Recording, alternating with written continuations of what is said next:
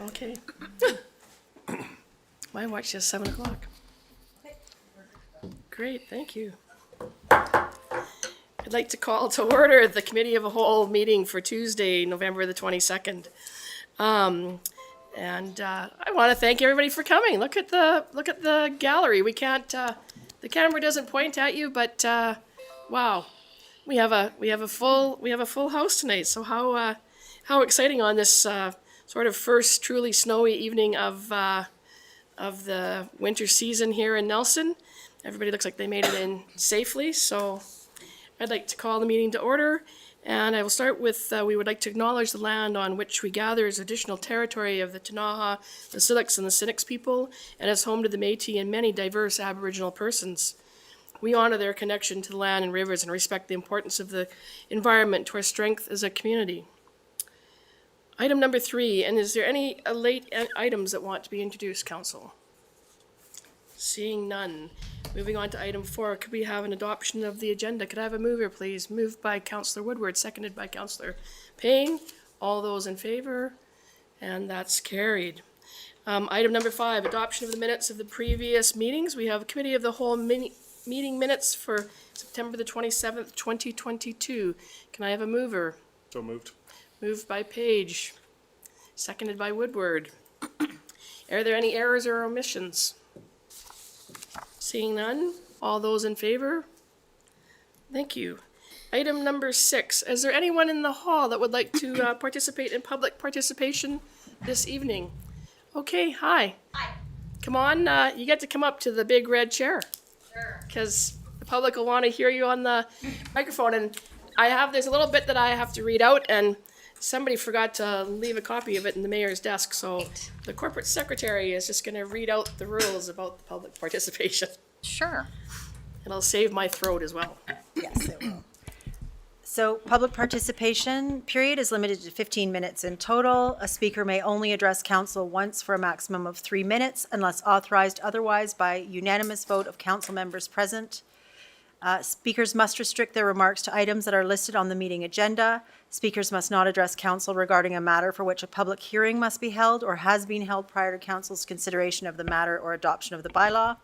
Speakers must not address council regarding a permit for which public notice must be given or has been given prior to council's consideration of issuance of the permit.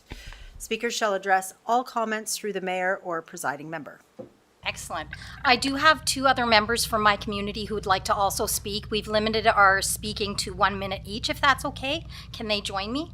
That would be fine. And when they come up, you can all 3 tell us what your name and where you live is, please. I will start off that way, you bet. Okay, thank you. My name is Liz Draper. I live on Perrier Lane.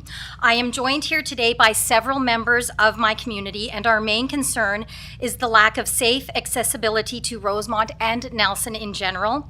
There is no way for our children to safely walk or bike into town. The only way currently to access Rosemont Nelson by foot or bike is to trespass on the private property of those who live and back onto Hall Mines Road right of way, or to additionally cross the highway, which, as we know with children, is dangerous. And our bus service is lacking as well in that regard. The Perrier bus only runs on Mondays and Wednesdays. Anyways, since the Rosemont primary bike route was on the agenda tonight, we as a community thought this was a great opportunity for us to bring our concerns to the city. I will now hand the mic to Robin Rowley, who lives on Perrier Lane, and she will share some of her challenges with you. Hi, I'm Robin Rowley on Perrier Lane. I'm one of the many families on Perrier Lane. We walk our dog in Art Gibbons Park. We walk our 3-year-old to the daycare at Selkirk College, or we try to when we have access. The only access we have is trespassing on our neighbor's property, which is neither safe nor sustainable. Our only other option is to change our 600-meter walk to a 6-kilometer round-trip drive, and that would have to happen twice a day. This, too, is not safe nor sustainable. I'm one of many. On our little street, there are 27 lots, but 48 residences and 109 people, 27 of whom are children. We all choose Nelson for a healthy and sustainable lifestyle, and now we're asking for the city's support for a means to do so safely. I'll pass the mic over to Craig Stowell.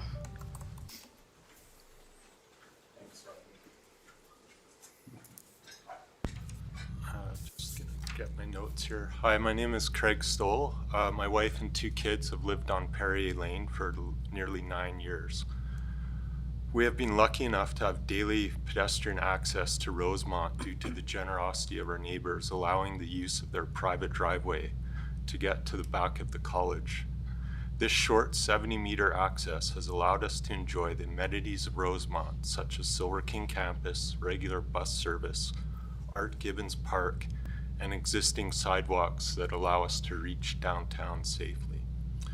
However, as the lane has grown, so has the burden on these private citizens providing this public access through their driveway. It just isn't fair to anyone. Without a public access point, as a pedestrian, I'll take you on my walk downtown. We're forced to leave the sidewalk at the bottom of our lane, travel down, sorry, I'm a little nervous, Perrier Lane, or onto Perrier Road, which is narrow, busy, it's sketchy. You cross the bridge onto the highway, a narrow bridge over Cottonwood Creek, 500 meters on the shoulder of the highway, and then you have to negotiate cars coming off Vancouver Street merging into the highway, while you also have to jaywalk to get to the sidewalk. So needless to say, not only is this unsafe, but it takes us away from any of the aforementioned amenities of Rosemont that are so close if we had short public access near the top of Perrier Lane. We look forward to working with the city and finding a solution to this problem and helping make our neighborhood safer. Thank you. Thank you. Thank you for your time and for listening. Yeah, thank you to the 3 of you. Council, did you have any questions? Councillor Lockenberg, maybe one of you might want to stand back or, And about half I'll the try. audience is from Perrier Lane. oh, okay, well, and we will hear the report later this evening as well, but Yeah, I was just curious, Craig, from your perspective, I'm looking at Google Earth, I'm looking at the satellite right now. Where exactly do you connect? Like, is it, so where the bridge is it close to the bridge that connects to the highway? From the access we go through our neighbor's driveway, you mean? Yeah, that- that you access That's roads? at the top switchback of Perrier Lane way up. between Okay. two It's up higher. duplexes. Right, so really close to Stelford College. Yeah. We end up right at, Right we're in the forest, It's 7 back meters forest. to the right of way, Yeah. but it's through private property. And is there any public land around that at all? It's all private. So I can just, We have some maps that I can pass out, that it illustrates the situation, exactly what you're asking. There are several vacant lots or undeveloped lots, but again, like I'm taking my 3-year-old climbing up like half a construction site in the snow, it doesn't feel like a great long-term solution. And then once a house is built on the vacant Exactly. lot, there will be That'll no more be vacant cut lot to off. cross through anymore. Right. so this is with our staff, so they are Yeah. looking at this. And has the residents, have you been told about like neighborhood improvement solutions at all? Or? Nothing yet. The reason we thought it was good to present this tonight is because they're discussing the Rosemont primary bike route. And when they sent out the kind of mapping for it, they do show a connection through Rosemont and Perrier. They're planning to connect, but we don't know how that's gonna happen. Yeah, so it is on our radar, just to let you know. And yeah, I think, looking back at subdivision, that we have emergency access through this, where they're talking about where they That trespass would on be my driveway. Oh, I'm one on of the your residents that lives on the laneway. Okay, so, Residents that share this common driveway. 2 duplexes, so Yeah. there's 4 of us. yeah, we probably should have made that a public laneway at the time of subdivision, but we didn't. It is private lands, and we think have, there's a couple opportunities to fix that, so maybe that's kind of why we brought it to your attention. Yeah. Hopefully, there's a way forward to yeah, make that. city staff is attuned to that now, and so, Nice. but thank you for coming forward, because this is exactly a perfect example of what this public participation time is for. You're addressing an issue that's on the agenda, And it's good to hear from the community on it, and that, to know that we are alive to the discussions and concerns coming from that area of town. So that's super. So no further other questions, then thank you again. Thank you. Thank you.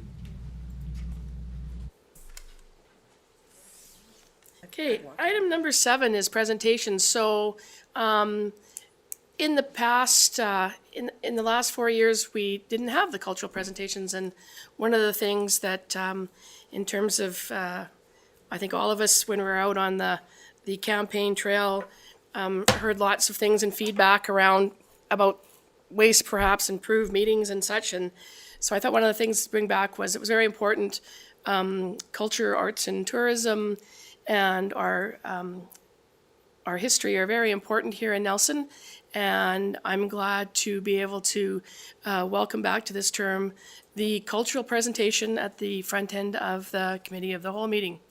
So we have Stephanie Fisher here from the Capitol Theatre is going to come up and introduce Laurie Jarvis, who's going to talk to us a little bit about the upcoming, not to be missed, because these are never to be missed, pantomimes. So, Stephanie, please come forward. Good evening. Thank you for having us tonight. I'm here with Laurie Jarvis and Lena. And Stephanie, I can tell you that somebody's going to send Sarah a note to say, we can't hear you talking. You really have to. Okay, I really have to. Okay. You really have to. I really have to talk into the There you go. microphone. Okay. So I'm here with Laurie Jarvis and Lena Kuku, who is a visiting flutist from Germany. Laurie has written and directed 20 community pantomimes over the years. She also does some of the costuming for the actors. So she's in the costume shop.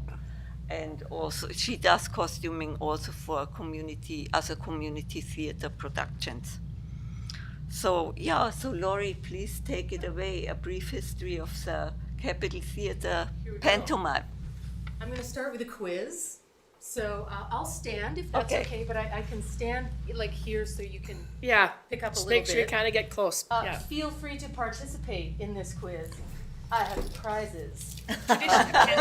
Okay, so you have a cheat sheet in front of you. How long has the Capitol Theatre pantomime been running?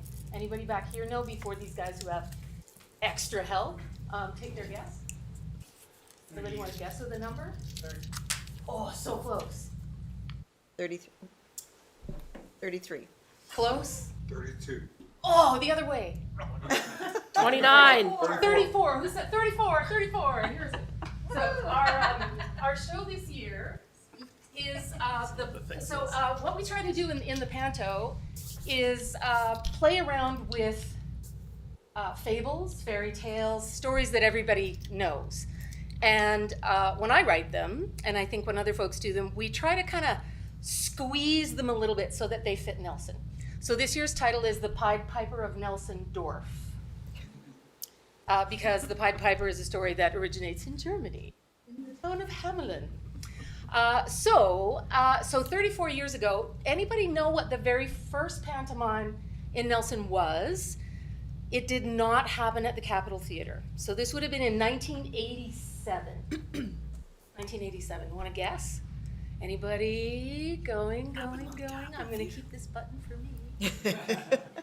It was Snow White and the Seven Dwarfs. And it happened at the Civic Theatre, which was actually built as a live theater. And the Capitol was originally a movie theater, which many of you already know. So there's been a little bit of a switch there, so I'm keeping this button. So we have had several council members participate in the pantomime at the Capitol Theatre. I can think of 3 right off the top of my head.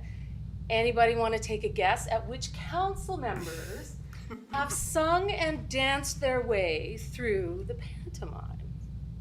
Donna McDonald, Anna Purcell, Mark Stacy. Mark You're doing great. Stacy, Mark Stacy.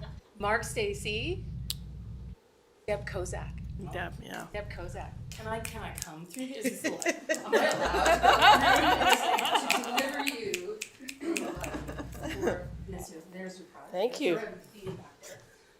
We've had one MP in the Capitol Theatre Christmas pantomime. Any guesses who that might have been? Long time ago. So in the 80s. Corky Adams. Oh no. Oh, he was an MLA. MP, Member of Parliament. He was the man in the moon. It was a male. With an E, with the B. What's his name? With the B. The guy Not a with the... bee. Not a bee. It's not a B? Going. Alex Adamenko? No. Oh, he was also. Lyle, okay, yeah. Lyle I could Christensen see was that. the Yeah, I could see that.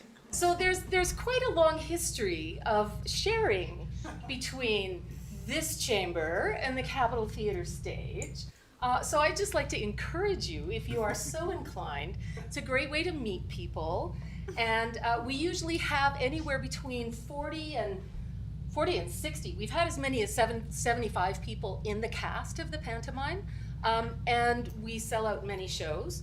So you're gonna meet about 10% of Nelson's population if you participate in the panto, and they will come and see you and see what you're doing.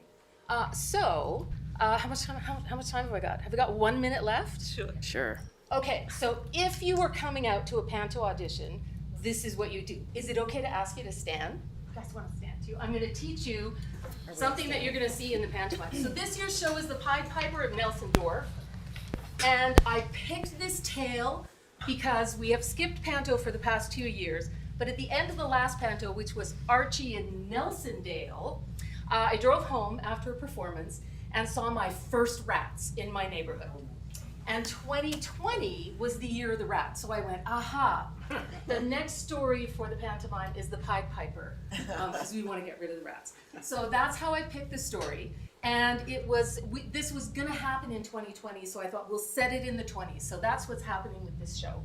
So we are doing the Charleston.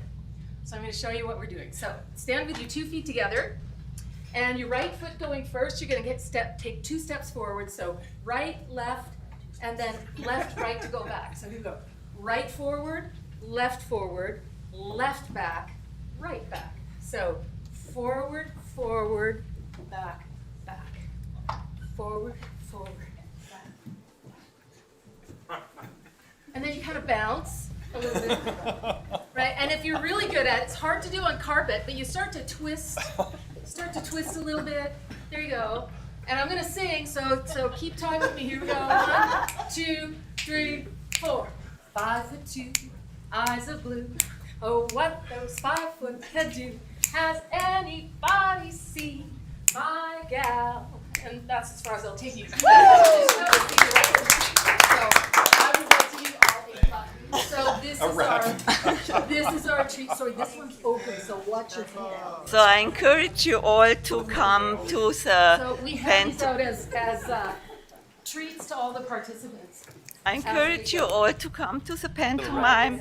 It is our it's one of our major annual fundraisers for the theater. Thanks for your time. And of course, we would like to thank also community actors of all ages who got involved this year. And a shout out goes to our premier panto sponsor, which is a Kootenai Food Co-op. And for this year's panto, we also acknowledge the support from Kootenai Kombucha, the Nelson Star, Canadian Heritage, and of course from the city. Thank you very much. Thank you for Thank you.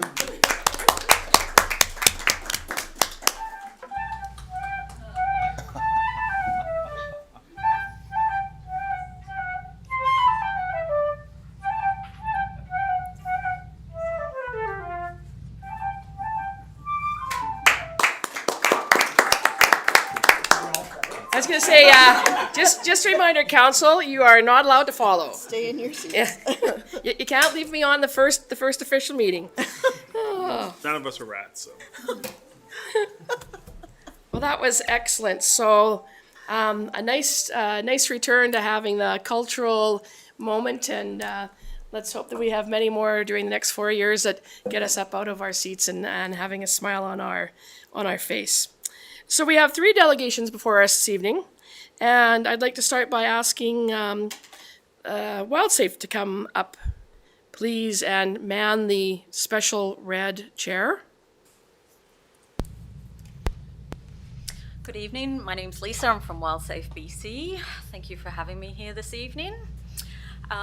So I'm going to present to you our end of season report for 2022.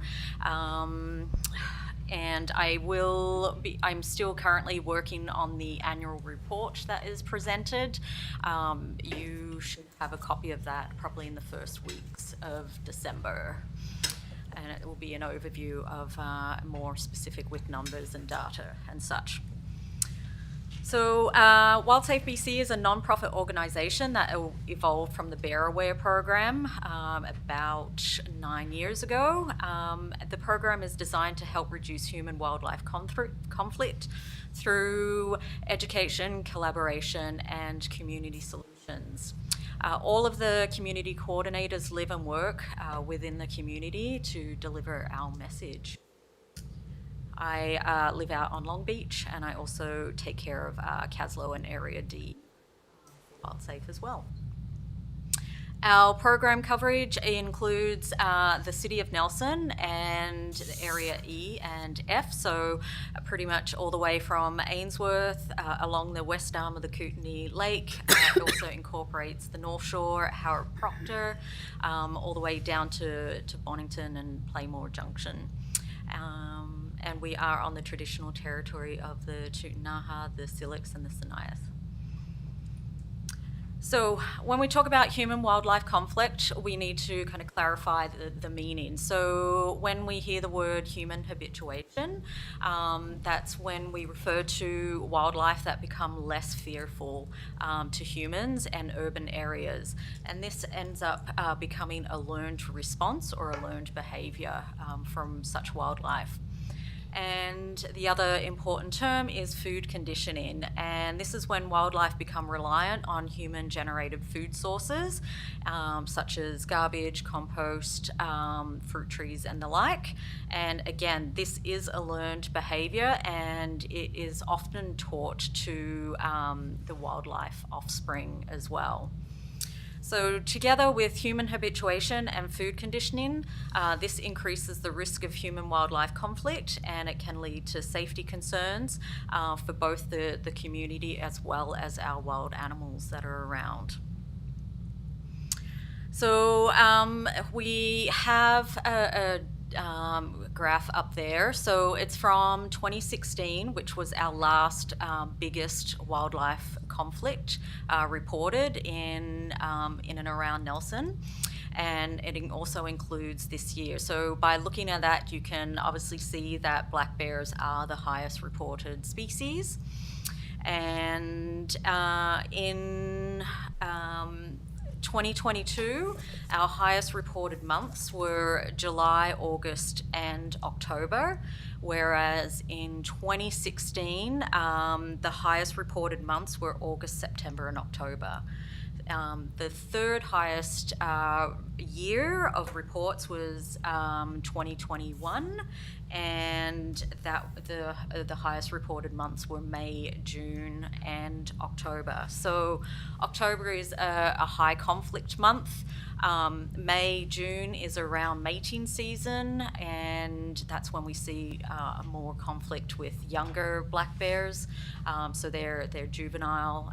They're kind of displaced by the sow who goes and seeks another mate if she hasn't had this season's cubs. And then October is fall, so that's where black bears move into hyperphagia, so excessive eating for them to bulk up before they move into their winter dens, and that coincides with our fall fruit harvest as well. So that's probably why we're seeing increased conflict then. This year has most definitely been an unprecedented season, as I'm sure you all are aware. It saw the highest number of black bears lethally destroyed within the city limits limits. And this was due to food conditioning and human habituation. Other seasonal environmental challenges and natural food availability also contributed to the increase in black bear activity in urban areas. And with that and the increase in media coverage, it did expose our insufficiencies and our poor compliance with waste management and bear smart practices. And that's including in Nelson and in the surrounding areas. So human-generated garbage is the number one source for our black bears and other wildlife to become food conditioned. These are examples of downtown where a black bear did destroy that gate, and the dumpster was left open, so it was a pretty easy access point for that wildlife. Black bears are very, very strong, and they have a high sense of smell. They can smell up to a kilometre away, and obviously they're going to come down and access those rewards. And the other photo here is a toter wildlife resistant garbage bin that the City of Nelson was providing through a program some years ago. And although it is certified wildlife resistant or bear resistant, upon me doing bin tagging the night before garbage, this bin was out on the street, and so the resident or the owner of that garbage bin received a warning sticker on their garbage, letting them know that it's against a bylaw to put your garbage out the evening before. And although it is certified wildlife resistant, it is still acting as a source of an attractant because the animals smell what's in there. These bins are easily hauled off into a safe area for a bear to just pound away for the night to try and break it open. This year's seasonal activities that I performed included door-to-door campaigns, which has me in the hotter summer months carrying a camelback full of water and my sunscreen and my hat, and going knocking on residents' doors in high conflict areas to have a chat to them about attractants, bringing in their garbage bins, and the 10 top things that they can do to minimise human-wildlife conflict in their area. I also performed a number of wildlife safety presentations at schools, in addition to community groups and events, as well as display booths out at Kokanee Creek Provincial Park over the long weekends. This year we had a Bears and Brews trivia night that we collaborated with Wildsafe BC Castlegar, as well as Selkirk Purcell's program. And we had that in Creston as well as out in Caslow, and that was a big success, and we hope to do more of them next season. We also bin tagging. We were involved in some media online, in the newspaper as well as on radio. Certain information were left, like brochures that we have, were left at trailheads for people to know what to look out for when they're out on the trails. And this year saw our very first signing to the Wildsafe BC Business Pledge, which was Acorn and Oak Cafe. So very proud. Again, social media and print and radio presence helped to get the message out, in addition to school presentations where we've reached, currently, I think we're at about 900 students, and we still have presentations booked this week and next week to wrap up the end of the season on November 30th. So moving forward, Wildsafe BC in collaboration with our conservation officers, have come up with some initiatives, and that includes celebrating and embracing community Bear Smart projects. This year has seen the formation of a new community Bear Smart working group, which I think you guys are already aware of and are working with. And some more supporting bear-resistant garbage container availability to residents. That is probably one of my biggest requests from residents, whether I'm speaking to them in person or they're phoning or emailing. And consider increasing curbside garbage collection to weekly during high conflict months. And to see what those high conflict months are, you can go to our Wildlife Alert Report program. That's on our wildsafebc.com website. And continue to install bear-resistant bins within the community and school districts, as well as decommissioning or repurposing those outdated open concrete garbage bins. I know that is on the radar for you guys, and it might be even something, if they're too difficult to be removed, then perhaps repurpose them for seasonal flower pots or something to that nature. And we would like to continue to build the Wildsafe Business Pledge program by signing up local businesses and encourage them to continue on with Bear Smart practices.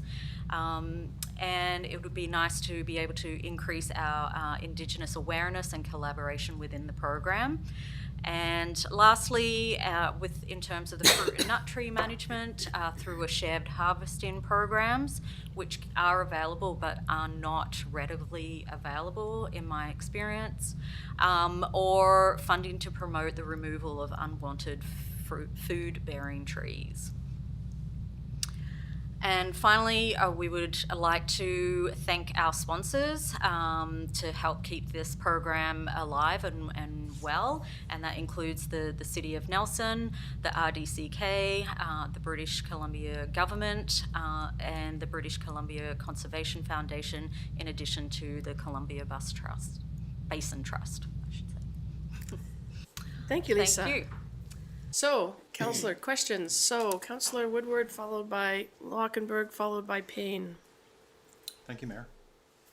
Thank you. My pleasure. So I'm looking at the species reported, the graph here. Mm-hmm. And what I found curious was 2016 was high, very high. Yes. 2021 was high, and 2022 was high. And then the rest of the years were fairly, I guess maybe manageable. Right. Call it.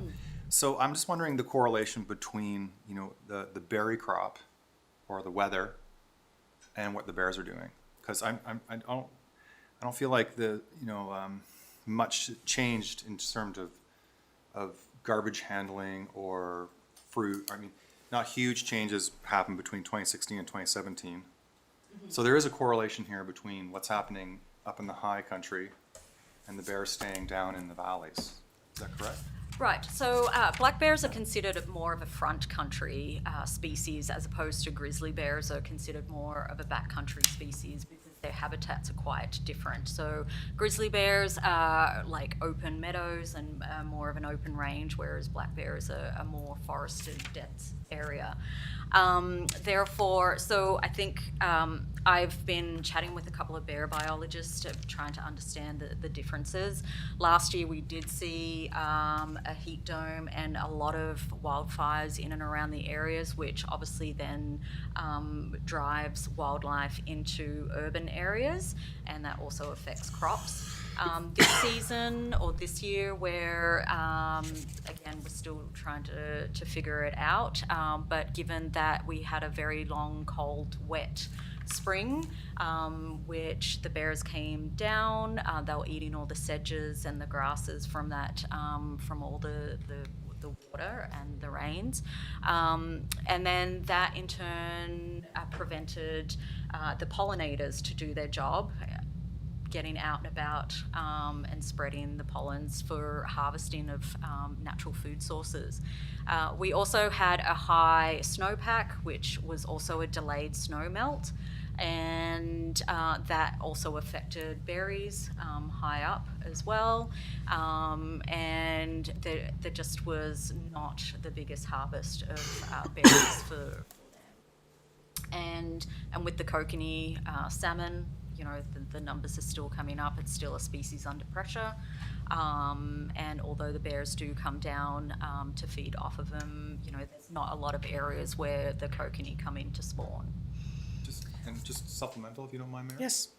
I'm not excusing anybody or us, or I'm just saying that there is definitely a correlation, it seems, from your graphs.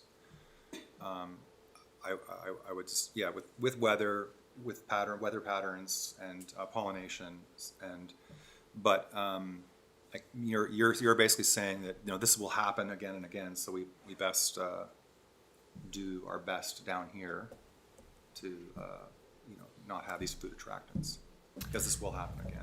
Right. I mean, the wildlife, and particularly the bears, are going to continue to come into town because, you know, they're driven by their smell. They're driven by their bellies. The one thing that they do is they wake up and they want to eat until they go to sleep. Take out a month where they might mate, but you know, their main purpose in life is to eat, and you know, there are contributing factors through logging, through commercial harvesting of huckleberries, you know, so many contributing factors that are you know, from humans, from society, that are impacting their natural resources and natural habitat. So in order for us to minimize that conflict, because they are going to continue to come into town, is to reduce those food rewards that they're gaining here. And you know, it's the garbage, it's people not composting correctly, you know, people not collecting their fruit off their fruit trees, or removing them if they're not keen on using that fruit, you know, feeding pets outside, all of those things. On the North Shore, there is far less conflict that we see. It's on that data as well, and areas outside the city, and that's when people have livestock or beehives, then they might have an electric fence around that, which is also a shared cost through the RDCK for people that qualify to protect that sort of thing, to keep bears out. So whether this is an unprecedented season or whether this is now going to be the new norm for us moving forward, time will tell, but it's up to us to try and reduce those attractants in town to avoid conflict. Thank you. My pleasure. Thank you. Councillor Lockenberg. Thank you, Lisa. One of the recommendations to become a Bear Smart community, and I guess you guys offer this as a service or as a resource, is a sample bylaw. And I understand that bylaw is the one used in most Bear Smart communities. In it, it has a number of very direct elements that put a lot of onus on residents. In fact, primarily, if I'm reading this bylaw, it's primarily about residents, and there's a certain enforcement requirement on the city, but it does look pretty prescriptive here. You've got, I think, 14, no more than that, 18 different items that homeowners are required to follow, and if they don't, then a bylaw enforcement officer has every right to go onto the property under the community charter to investigate the complaint. I guess it's complaint driven. Right. And then, if necessary, issue a minimum of a $5,000 fine up to $50,000 fine for a violation of that bylaw. So, is this what you recommend from the city, is to look at a bylaw like this for the city to implement? So, in terms of Nelson City bylaws, we are confident that the bylaws in town are pretty solid, and my understanding is a lot of the bylaws here in Nelson have changed after the 2012 Bear Hazard Assessment. So it's just, it would be enforcement on the city's part. And the beauty with the Bear Smart program is that it's not just pointing a finger at one group or like it's not pointing a finger at the municipal and saying, you know, you guys have to do this. It's a collaborative effort from residents, businesses, and the municipal and the city alike. So without everyone, you know, not working, everyone needs to work together in order to make a Bear Smart community, and it won't happen overnight. I mean, I am confident this season has made a lot of people aware that we all can do better, and that's the conversation that I have at door to doors is, you know, it starts here in your home and working collaboratively with your neighborhood as well. In terms of the fines on that, I would probably, I mean, I don't know the Bear Smart policy, you know, back to back, and but I believe the conservation officers can make fines under the BC Wildlife Act up to that amount. And my understanding recently there was an individual in Whistler who was fined in excess of $100,000 for feeding bears. So that is an example that they can be fined to that extent. And Whistler is a Bear Smart community. Supplemental. Sure. Or I can come back. It's a little Councillor different. Payne. I'll come back. I just wanted to ask if you do any mapping of the high conflict areas and if that would be a useful tool for us to target the work that we need to do, because I think everyone agrees that there is work for us to do, and I think we're all ready to come forward to do that as a community, as you said, after seeing what happened this year. Is that a tool that you've ever used, or? So our Wildlife Alert Report Program, WARP for short, actually provides like a mapping of where all different species are reported. It's not an exact address because it's obviously protecting the privacy of those people that are reporting. So it's usually like within a couple of 100 meters. And that's a useful tool for myself as well as Conservation Service to see where these high conflict areas are. And then that's up for me to then go to those neighborhoods and do door-to-door campaigns to remind everyone what best practices are, and to notify that there may be, you know, for instance, more recently an injured bear in both Rosemont and Uphill. So my experience this year, in the beginning of the season, Fairview was a very high conflict area.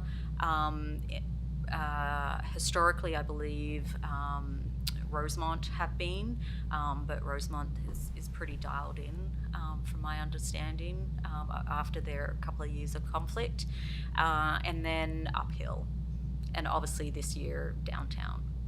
And that's right on your website then?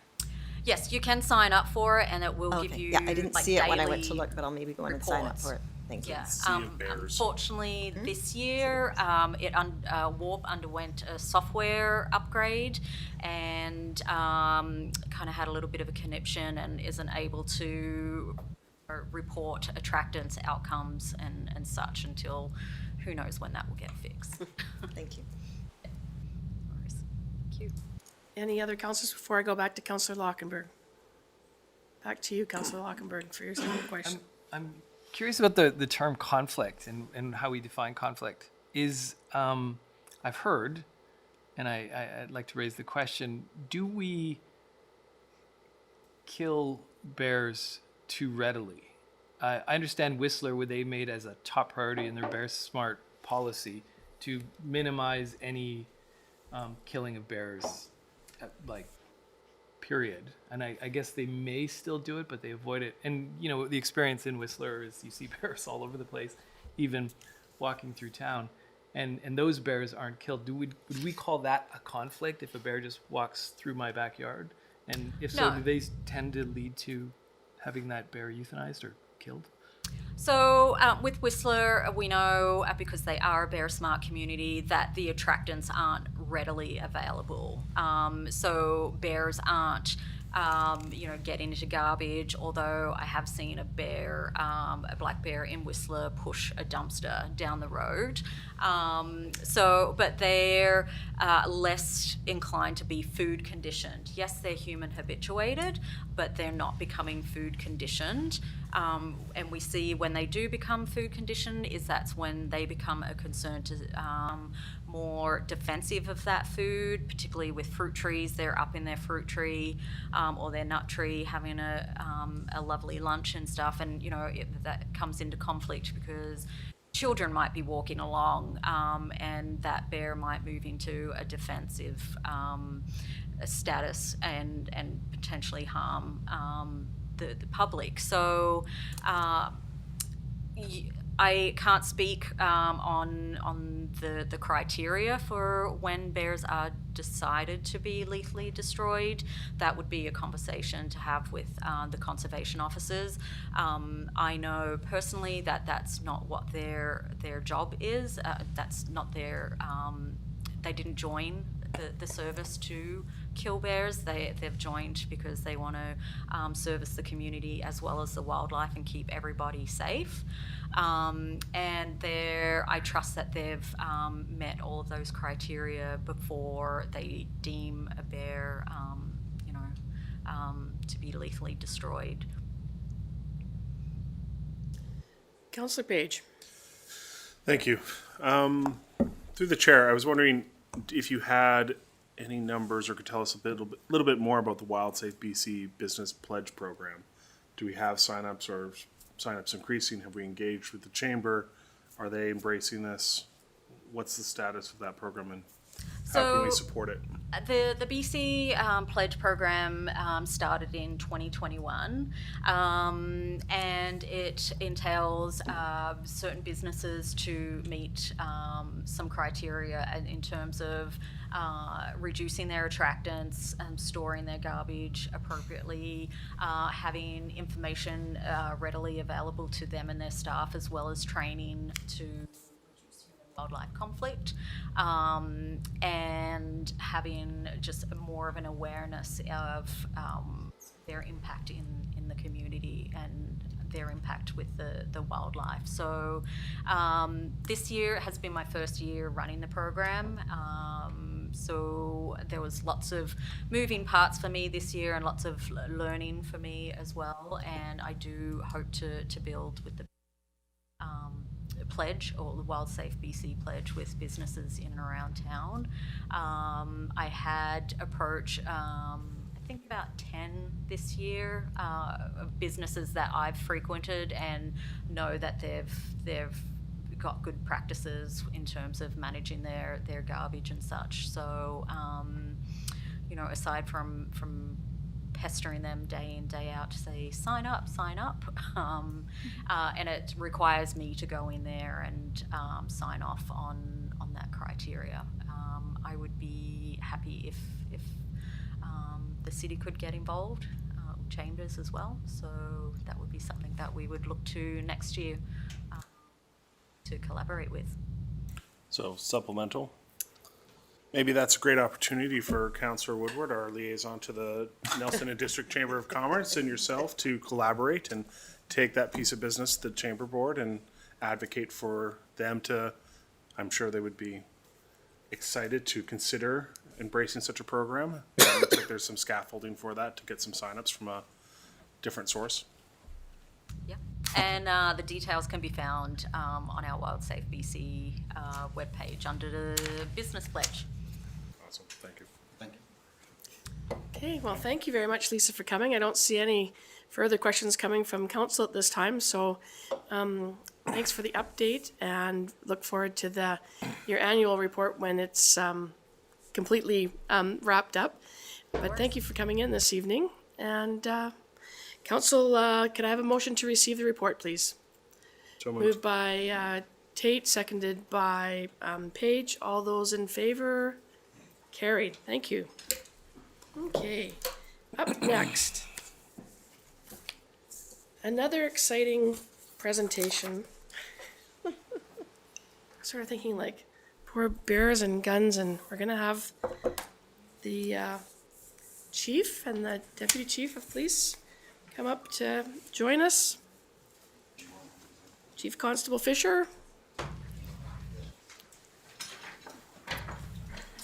So basically, in compliance with the Police Act, the Nelson Police Board is required to have an approved provisional budget for 2023 by November the 30th, 2022.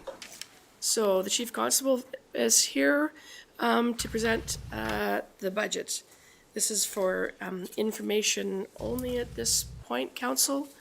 And over to you, Chief. Thank you for coming. Good. Well, good evening. Sorry I don't have any prizes or a stamp for you grabbed. Do you have some stickers or anything? Next time, Got yes. the rub-on tattoos. Tattoos, I'll bring them next time. So, as the mayor mentioned, this is our provisional budget presentation. We, with it being a lot of new faces on council, we've put a little more information in it and brought forward some of the background information related to some other information we presented earlier in the year around the department's resources and some of the pressures faced. Or do we control the slides? Okay, so the police department's mission is to preserve the quality of life in our community, prevent crime, preserve the peace, and protect lives and property, to enforce the laws of Canada in a just and impartial manner. Our values are integrity, respect, innovation, compassion, accountability, and our vision is a safe community through policing excellence. So the Nelson Police Department has a mission to provide professional, trusted, and sustainable policing services while preventing crime, preserving the peace, protecting lives and property to improve the quality of life. So just for information, we provided some stats around comparison to other police departments in BC. And just to keep everything kind of comparable, it's based on charges laid and calls for service per 100,000 population. So just to show kind of the call load and the how busy the department is at times. Currently, we are the second busiest department on a size comparator basis, only somewhat behind Victoria. We have the second most calls for service, and these are based on criminal calls, and the second most charges laid in a comparator fashion. Now, if you look at department size-wise, Central, Sanish, and Oak Bay are the two departments on the right. They're similar-sized departments, basically the same number of police officers. In fact, we're slightly smaller, and you can see the comparison of the workload our department carries. And again, this is just showing the charge specific, so you can see the comparison. Nelson is second in the province. Having said that, the department police to population is significantly lower. The first graph shows how many police officers there are assigned per 100,000 population, with Victoria having 214, Vancouver having 196 per 100,000, and Nelson at 147 per 100,000. So roughly 70 less than Victoria and 50 less than what Vancouver traditionally has. So the police officer assigned polices approximately 680 people per each officer, where Vancouver is at 510 and Victoria is at 467. Clearance rates. So the criminal code offenses, when we get complaints to show our investigations, Nelson still does quite well. We're the highest clearance rate out of the list of comparator detachments for the RCMP and other police forces. But you'll notice that from 2019, 2020, and 2021, we've had a bit of a decline in that clearance rates. And some of the reasons for that we'll just get to as we go through the presentation, but it's a trend we're certainly looking at trying to halt and hopefully reverse. So the authorized strength of the department right now is 20 police officers, and that includes myself and the deputy. The city population as per Stats Canada in 2021 was just under 11,200. We had a crime rate of 70.35, which, just for context, is fairly middle of the road. You know, you kind of want to be under 50 is ideally where you'd like to shoot for, but several communities are over 100, so it's not bad. We field approximately 6,000 calls for service every year, and the caseload, so investigations that officers carry, is actually tied for highest in the province with 52 cases per officer. So that translates to increased call volume. We're experiencing the reduced human resources, and it's a higher risk that we're trying to manage and mitigate. So beginning in 2022, and we've had, this is kind of some of the presentations we've done in the past, but we had a 20% vacancy. Our number of officers at the Nelson Police Department have been absent from daily duties for extended periods of time through, the shortages have caused a significant increase in overtime, officers consistently missing lunch breaks and other breaks, officers being denied or having vacation time canceled, and officers being called back from vacation on a few instances.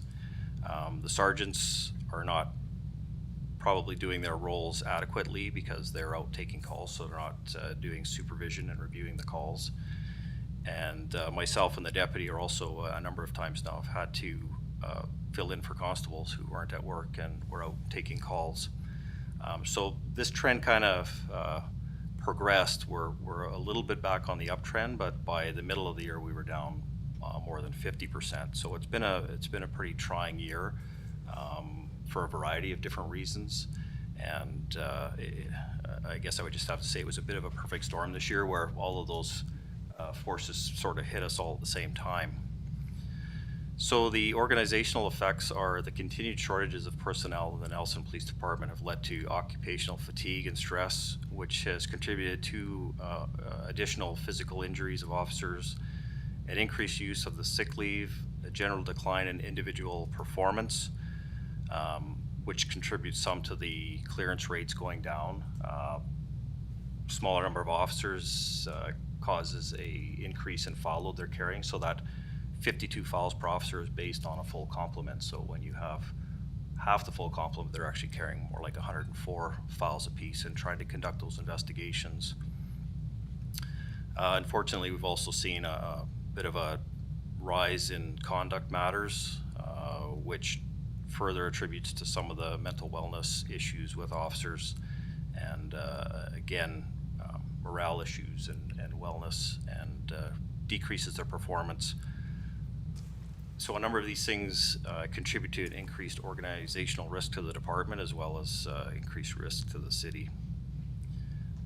Community effects. The police department in British Columbia must be capable of providing 5 overarching functions to the community to meet acceptable standards of competency. So the ability to respond to calls for service, proactive policing strategies,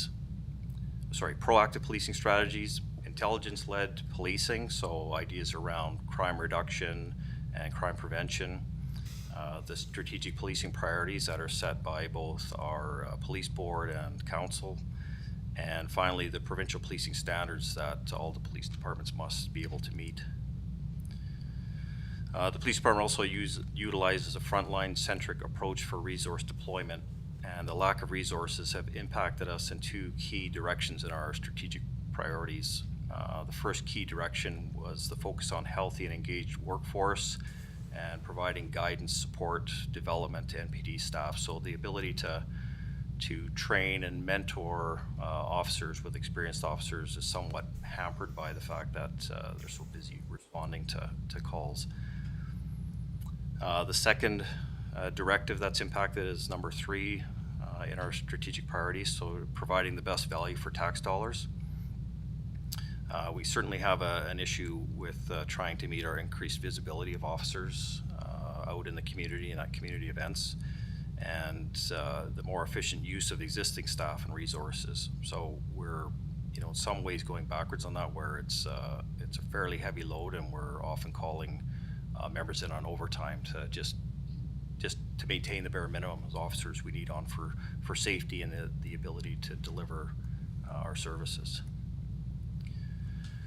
I'm not sure if any of you have had the chance to read Peter Lepine's report, but 2 points he made in that I think that were significant and still relevant are that it was reported that the population increase in Nelson is by an additional 50% during the daytime hours, as the city of Nelson is the largest community in the region, which draws many people for work, community services, and recreation.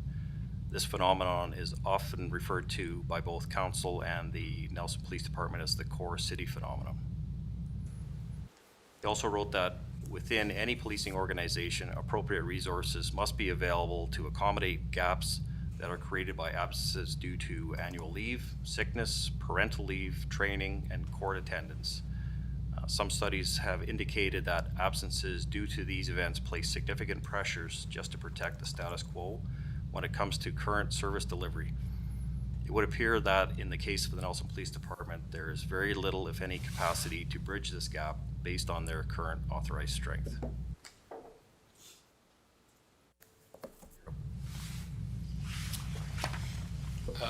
Human resource management.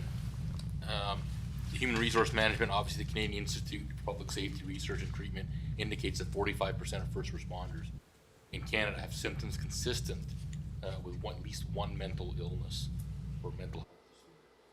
That's approximately 4 times more than the regular general population. 1/3 of first responders in Canada have thoughts of suicide, and double the rate of the general population. Occupational stress is inherent to public safety workers due to the repetitive exposure to traumatic events, burnout, and compassion fatigue. And that was from Dr. Minnie Mamanak, forensic pathologist, psychologist out in Ontario.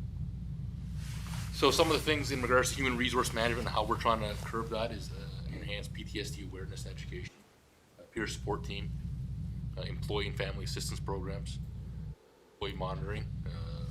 We've implemented a new system in regards to managing performance management of our members, critical incident stress debriefing, as well as extended healthcare benefits, and accommodating modified return to work policies in regards to that.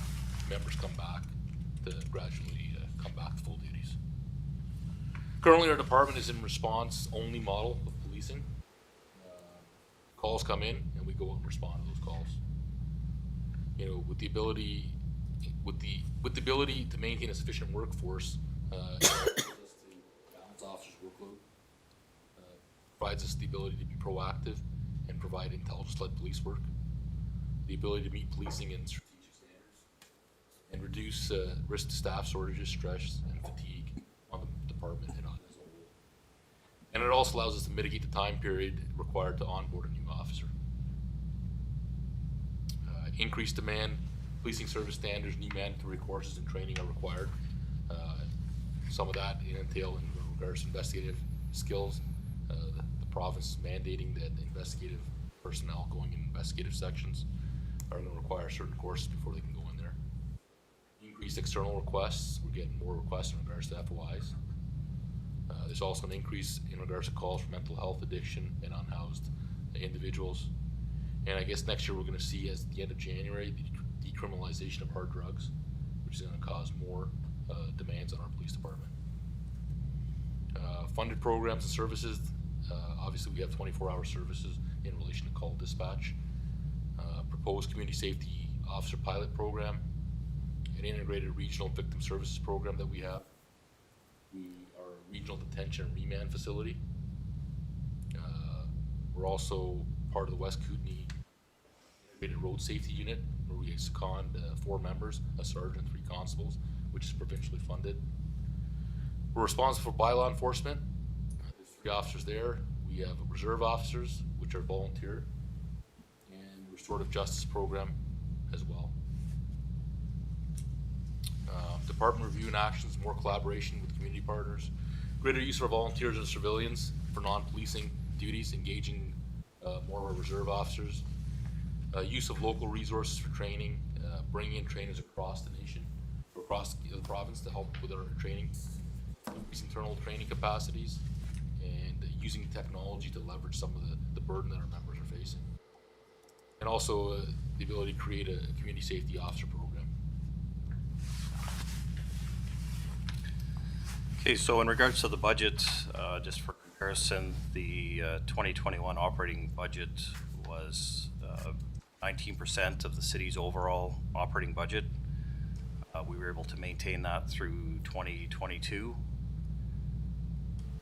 And just for a reference, you'll see that for over the last 10 years, the police department has consistently maintained a budget between about 18.5% to 20%, and continue to try and keep that our value to the taxpayers, which is a lot of comparable communities. The police budget is closer to 25% of the city's operating budgets. So the census in 2016 was just under 10,700 people.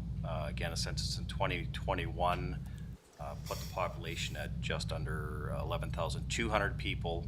A number of sources indicate that the city continues to grow at about a 2% a year pace. So for 2023, that'll put it at approximately 11,650 people.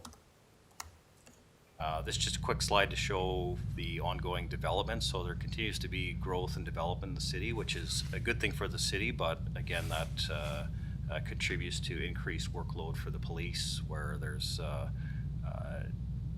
multi-family, multi-apartment type structures being built, and a number of these now have open and operational, but there can be plans to add additional residences. So in regards to the budget this year, we were looking at a moderate increase in the operational costs and a moderate increase in training costs. We've been able to work with the city's finance department to kind of move some funding from some other areas to make it more or less a net zero increase in those areas. We're not asking for any new funding for personnel for the department this year, and we'll certainly be looking as we go forward to increase the department, but realizing a few pressures on the city and the department funding wise, able to work within the status quo of the existing budget, and recognize that a new contract that's close to being negotiated will catch up for 3 years of the contract being expired for the police department. So there will be some increase to wages that we have to account for. But again, keeping in mind that it'll show on the budget this year, but it's really 3 years of incremental growth. So overall, the department has one of the highest caseloads per officer in the province, the second highest call volume and charge approvals per capita in the province, one of the lowest police to populations of any municipal department. Consistently, 20% of the staff are off regularly for a significant period of stress and mental health. And again, this past year, we've been working with 50% or more off for a significant portion of the year, which contributes to fatigue and stress, and also makes officers prone to physical injuries in a number of the matters that they encounter, and unfortunately contributes to some of the conduct I think that we've seen that we've had to deal with. Another note of interest, we have over 50% of the officers now are reaching a retirable age, so we're looking at strategies for succession planning and trying to bring additional staff in at lower costs, either looking at recruits or staging. We have had people express some interest in the CSO program, that if we're able to get that up and running through other funding resources, that's a good starting point for officers who'll get used to the community. We get to see how they engage with the public and some of the things that they, some of the problem areas, and they'll work very closely with the police, and as potentially an avenue for us hiring future officers. So on the final slide, the provisional budget ask, as I said, is basically around wage increases, predicted wage increases, and the bottom line would be a $275,800 increase, taking into account that last year's wages were somewhat lower than would have been if we were fully staffed. So there's a little bit of a gap that makes the increase look a little bit more than it actually is. There was about $120,000 worth of salary gap last year with people being off and on Wildsafe or leave without pay. So essentially, we're asking to have that $120,000 back plus approximately another $150,000. And that was probably a lot to take in, but again, just kind of wanted to give you a sense of the department and what we're operating with. And if there's any questions, we'll answer them now. Thank you, Chief Counsel. Questions? Councillor Woodward, then Councillor Lockenberg. Thank you, Mayor.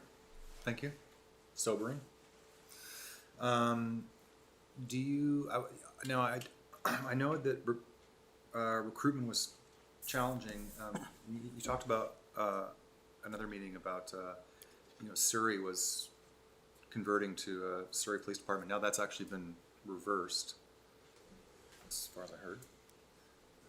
It's not decided yet. Not decided yet, okay. But recruitment is a challenge, generally. And I'm wondering,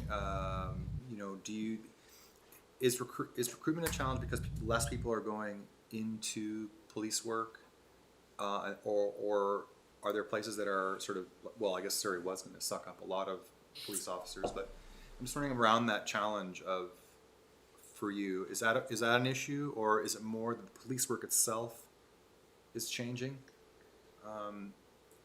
and maybe it's more intense, more mental health issues? I'm just wondering where those hard sticking points are happening.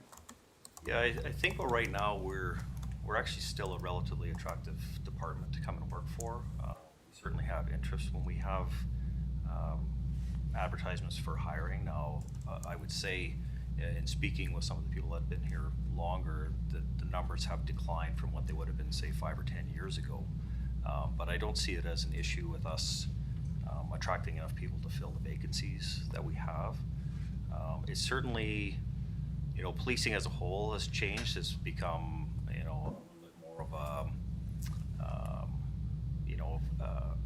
not just based on enforcement. There's a lot of jobs and a lot of issues and tasks and calls for service that we go to that aren't what would be considered traditional police. Trying to work a lot more with the community partners. We're trying to attract people that maybe have a little bit more background in social outreach programs, have worked with youth groups. Sorry, I should include the vulnerable populations. We've got a few officers that we've recently hired that have those types of background, and we're seeing that translate into very good rapport in the community and in the streets and with some of the people that we're working with. So, we have to be alive to the fact that when we're hiring, we want to address those issues early on and make sure that we're getting people who are going to make that kind of impact on the community. I guess the long answer to your question is that policing has changed, so some of the people that maybe traditionally were attracted to policing aren't seeing it as the career of choice maybe anymore, but I think it gives us opportunities to attract people that have different background, different training, different skill sets that are going to address the current issues. And may I ask a supplemental? Sure.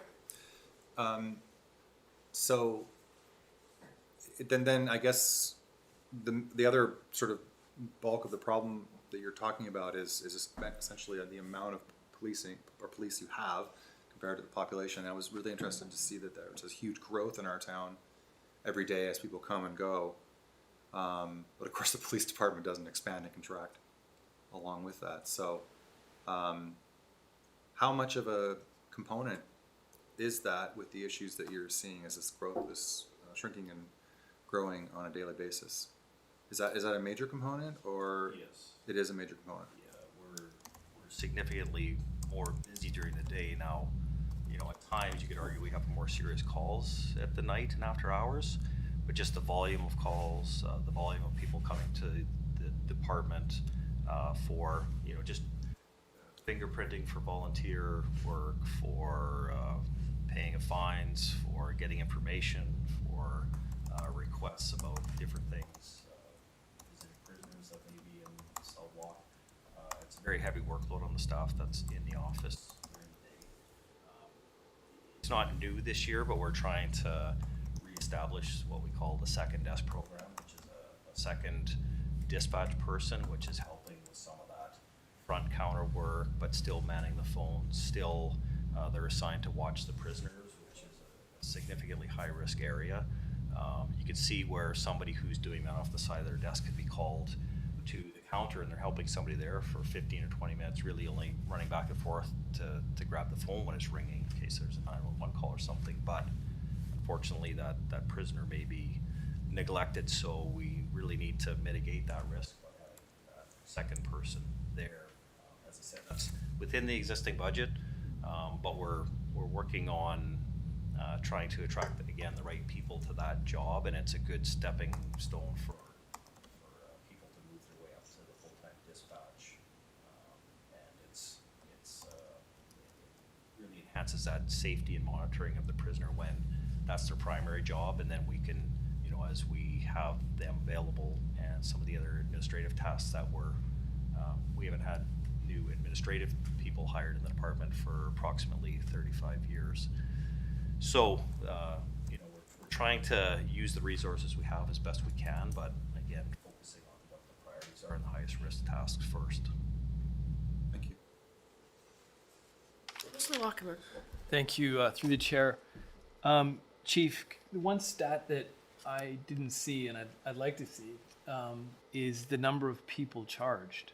I think that's a pretty key one, because then it gets at the number of repeat offenders and the impact that has on the police force. And I asked that for that, so maybe consider that for the next presentation to get us that number, unless you know it off the top of your head. No, I've looked at some specific numbers, and there certainly is, you know, a few core people that cause certainly a higher number than sometimes a surprising number we've looked at in the past where, and I can't remember the time frame it was over, but you know, they're definitely in the dozens of arrests and charges, and we've had a few people are in that 70 to 100 range over the course of probably a couple of years, but there certainly are people that skew the numbers. I would just say, Councillor, in regards to charges, that really comes down to the Crown. It's Crown approval charges. Yeah. So we could have interactions with the same individual over and over again, but the charges really go to the Crown. So we might prepare a report, goes to the Crown, and they might not, you know, approve the charges. So that's going to vary. You know, if you're asking about interactions with the same individuals, we probably have higher numbers with those individuals. But the charge approvals really depend on the Crown, and if they don't approve them, the charges will remain at a certain level or below. Well, And again, yeah. sorry, the interaction piece too that you have to take into consideration is a lot of people we deal with are not necessarily, they're not committing crimes, they're not committing criminal offenses. There's other social issues and things that we're dealing with. So, you know, we would have a lot of interactions with the same people, but it may not result in any, you know, detention or charges being laid. It may be taking them somewhere else where they can get the services they need, or taking them to the hospital, things like that. So, you know, again, it's not quite what you were asking, but we could certainly look at charges and how the breakdown of that falls by individuals, but we could also look at interactions that we have with reoccurring individuals. You know, some are pretty much on a daily basis, I would say. Yeah. Well, and that would line up with what the province is seeing, I think, in general. And I'm interested to get your comment on EB's announcement just this week on the bail reform policy that should, the whole target of that announcement was repeat offenders.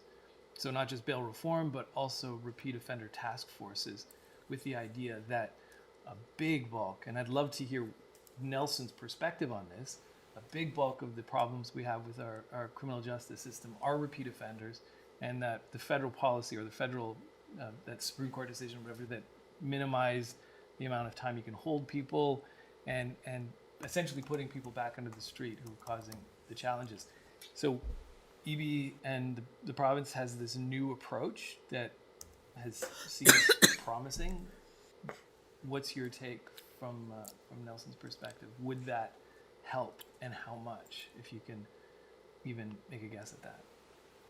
Yeah, I would say, I guess looking at it with my policing lens, we certainly have those people that, you know, to put it bluntly, need to be in jail. They need to be removed from the community and dealt with through other programs or things when they're serving sentences.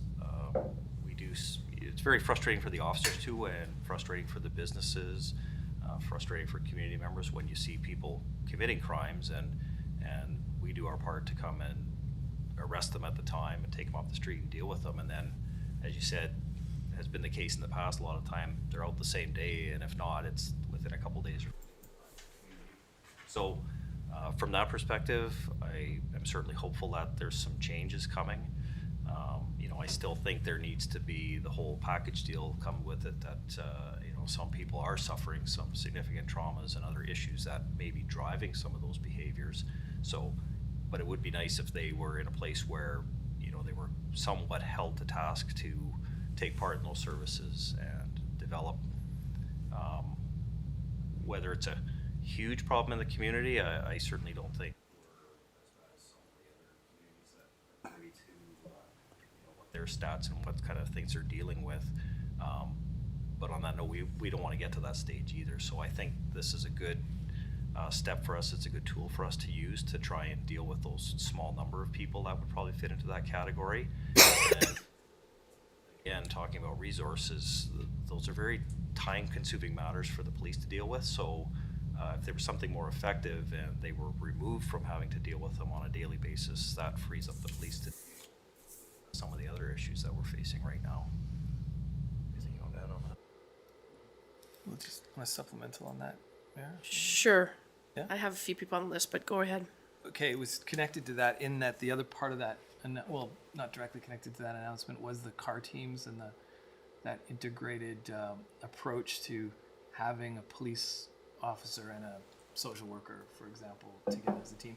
Is that something we would be, if the funding was made available to us, would we be able, in a position to take advantage of that? I believe so. We've been looking at those types of programs for the last year for sure. We looked at Edmonton Police, who actually funded a number of, you know, through the police budget, funded a number of mental health workers and nurses to assist and go out with the police officers, because I see the value in that. It's you know, it's not going to remove the police from the situation. They're still going to have to be part of those things for safety reasons, obviously. But you know, you've got the people who can make those assessments and maybe diagnosis of what some of the root causes are, and make it a lot more efficient in dealing with those issues and with those people, and steering them into the right doorways, they call them. I'm trying to remember what the saying was, but basically that no doors would be closed. I see a lot of the problems with people who maybe need some assistance. The system is frustrating.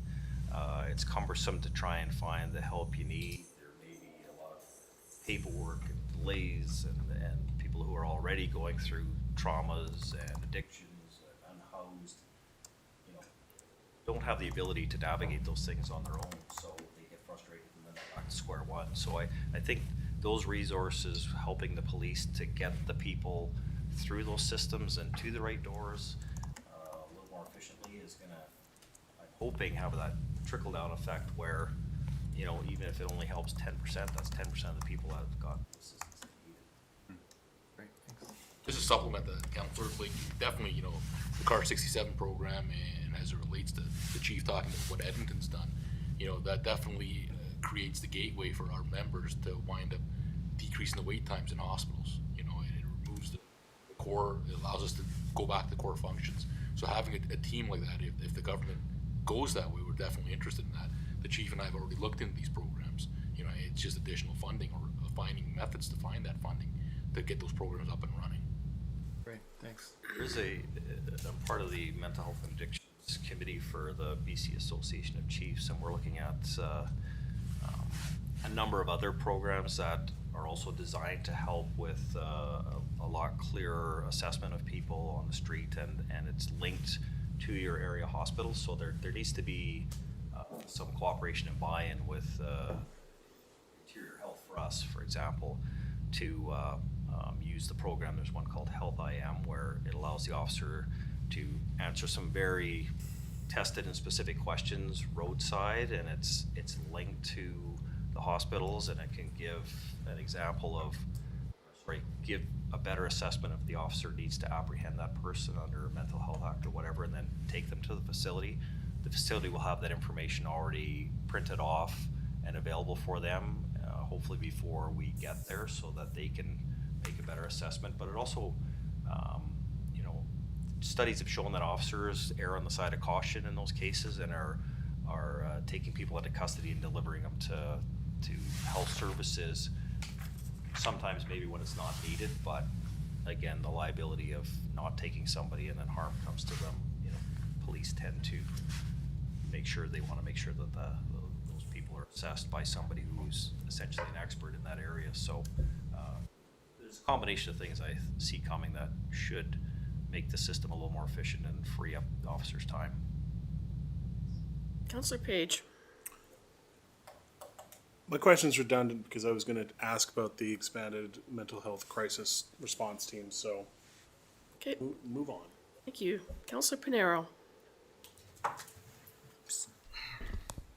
Hey, so I have two different things potentially just based on the slides that you were showing and what seems to be a pretty dire staff shortage, at least lately.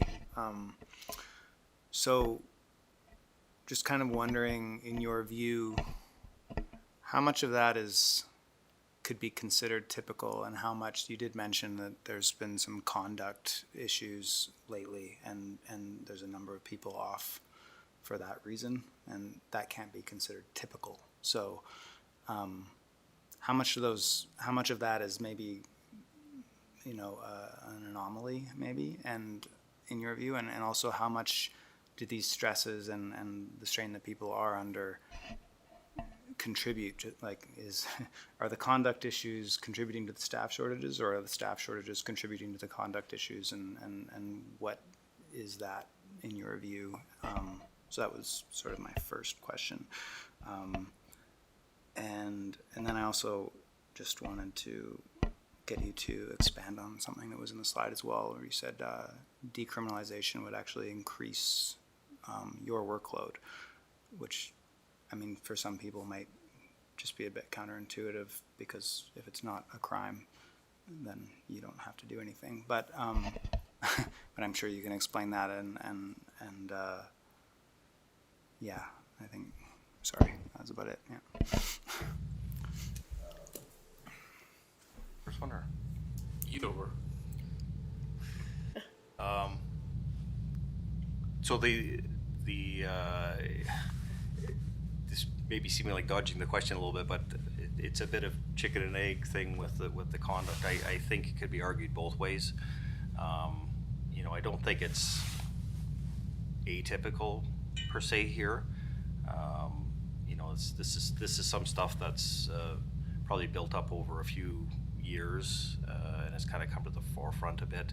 As I said, we're kind of experiencing that perfect storm where a number of things have happened that, generally you would have some injuries and you'd have a few people off with some stress issues and things like that.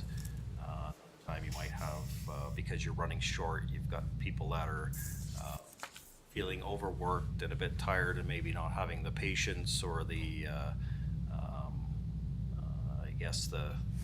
the regular thought process that they would have in dealing with something where either steps are missed, and we've got a few of those where I wouldn't necessarily say they were intentional on officers or people dealing, but it's there's just so much going on that sometimes you get into that flow where you're trying to deal with somebody who's maybe not being the most cooperative and causing you extra stress because you need to get to another matter that's waiting, and either rushing things or being impatient, saying something you shouldn't. I think there's definitely those cases, and I think those types of things are exacerbated by the shortages and the heavier workload. Some of the stuff, as I said, just a product of some of the issues that have come to light in society overall, I think, and addressing them rather than, trying to maybe massage things out of sight. Maybe that fixes things in the short term, but it definitely doesn't fix things in the long term. So I think they needed to be dealt with. I think we're dealing with them. I think the officers involved, although stressful for them, I think are remaining pretty positive about it and want to move forward with these issues. So, that's certainly hopeful to me that I think we can deal with these things and put them behind us. Does that answer? Yeah, I think so. I think just speaking to like maybe in the past it would have been not dealt with, and you would have had those people on staff, and by taking them out of off work for a little while, maybe this doesn't happen in the future. Like and you're not understaffed in that way because these people don't have to be taken out if you deal with the issue. And is that what you're saying? You're dealing with it in a way that it hasn't been dealt awareness with in the piece past. is there, and I think recognizing it again, that's back to the hiring the right people for modern policing, where there's sort of different things that are acceptable and different things that are encouraged for people to do, and things that, at one point, again, whether there was malice intended or not isn't necessarily the argument. It's the fact that it's just not acceptable any longer, and I think we're moving forward from that. Thank you. And then the other piece was just the decriminalization piece and how you sort of see that unfolding, and how maybe in what your prediction is based on, whether that's other places that have tried it in the past or what have you. It's still somewhat based on what's socially acceptable to most people and social norms and the perception of drug use. I would say the majority of people are still not comfortable with it. The challenge the police have is that the use of harder street drugs have been decriminalized, but the police haven't necessarily been given any more authorities or power to deal with things like public consumption, where there's no, we're working with the city on crafting some bylaws, which will eventually come to all of you for review and input and approval, I'm hoping, just to deal with those matters. But where I see the workload for us increasing is, that this is going to become even more prevalent and open use in the community, which is going to result in more calls from the police to come and, I guess, deal with concerns that the public have with this, the use of drugs that traditionally have been seen as very negative and very, cartel connections and times I think probably feared more than they needed to be. But I don't see that changing in the short term, just because now that's been decriminalized for, various social and health reasons. So I still see the police being called to come and talk to people or deal with people that, are in the public using substances. Can I get a supplemental on that? You sure as well? can. So that actually brings up a good point, and I was wondering about this as well. We have the third largest call for service in BC, is that right? And I was wondering if you had any idea, I'm sure you do, but you could illustrate what percentage of those calls are, like you were saying before, like not necessarily criminal calls, just they require a police presence because there's nobody else to respond, but they're not, the law is not being broken. It's more, you need to deal with it, but somebody needs to deal with it, but it's not necessarily a crime. And so when people see this, like, third highest calls for service in the province, that's quite alarming. But is that a reflection of, like, the crime rate, or is it just maybe a gap in service as something like a community safety officer would help address? Or, you know, like, what's your view on that? Or what's the numbers on that actually? And again, it's varying shades of gray. Unfortunately, you know, it's in a bit of the eye of the beholder as to what's a crime and what's not a crime, and whether it be a crime we were called for. I mean, a number of issues that we come to assist could be criminally classified as cause of disturbance. That's generally not something we would arrest and charge somebody for unless it's the extreme case. So again, you know, you can kind of, as always, make stats kind of reflect what you want them to reflect. To give a sort of best guesstimate, I would say it's probably 50-50. Maybe even a little more than 50% of the calls that we go to are more assist general public, deal with social issues, other types of issues with maybe some minor crime involved with it. You know, things that traditionally you would classify as true crime type calls is probably less than that 50%, maybe even 30% of the calls. So, you know, that's the bright spot. I think the community is pretty good overall for not having a lot of severe crime or significant crime rates. But again, the social aspect of it and some of those types of calls that we go to certainly make up for that workload for us, and are generally don't result in any criminal charges, but they result in a lot of officer time spent taking individuals to the hospital and having to stay with them until they're assessed. And at times we need 2 officers there if they're having some type of emotional breakdown or some other kind of stress-induced issues. Well, thank you. Appreciate it.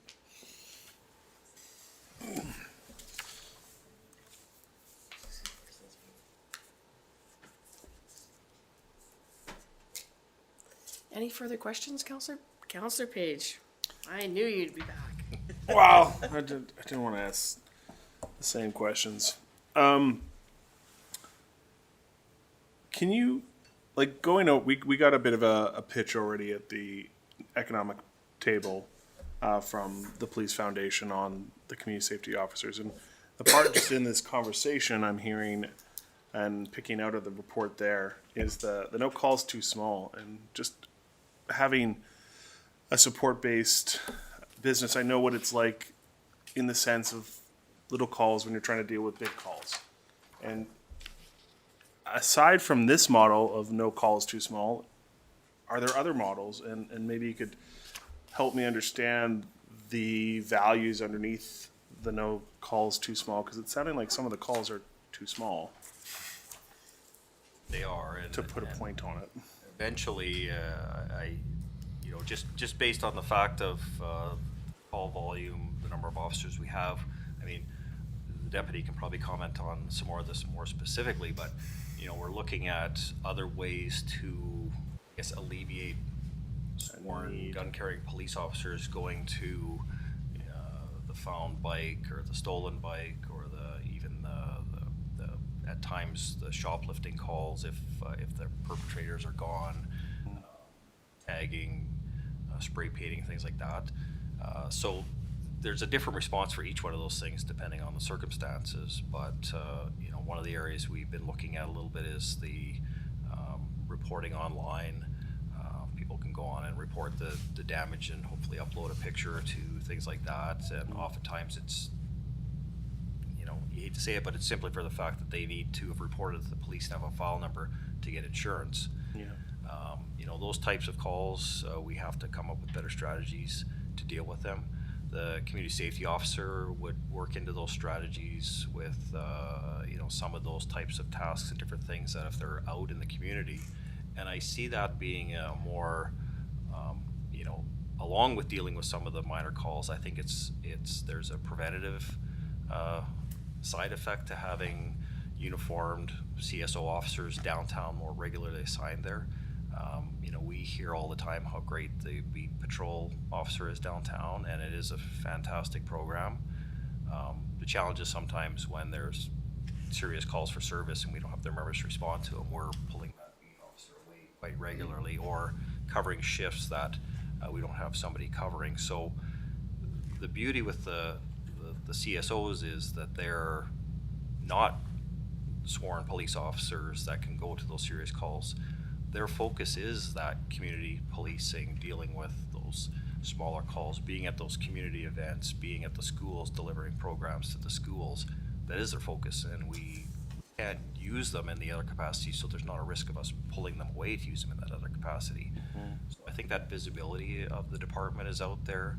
The spin-off effects with those ties you make with the schools, those ties you make with the youth, the ties that they're going to make with the business community when they're downtown, regularly assigned to walk the beat.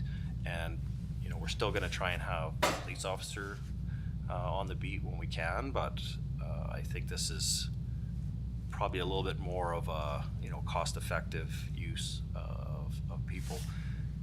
We're trying to, and I'm maybe going a little too far on your question, but we're trying to look at attracting people to those roles too that have that some kind of social work background or something that would work with street outreach and get to know the vulnerable population, get to know the people that are downtown, and you know, with that connection, either be able to de-escalate things a lot faster, or recognize when maybe things are starting to go a little bit off center, and can you know, either call a police officer to come down if need be, if something is getting serious enough, or work with street outreach. And you know, hopefully if some of the planned programs coming forward with mental health and other health services being available for a resource for us, they can connect and work more closely with them.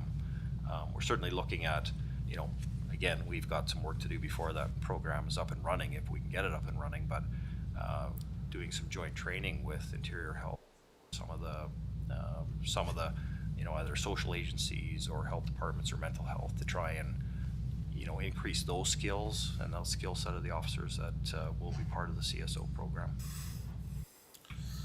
Supplemental? I'll just help you there. Go ahead. So, obviously, you know, we have to modernize our police department.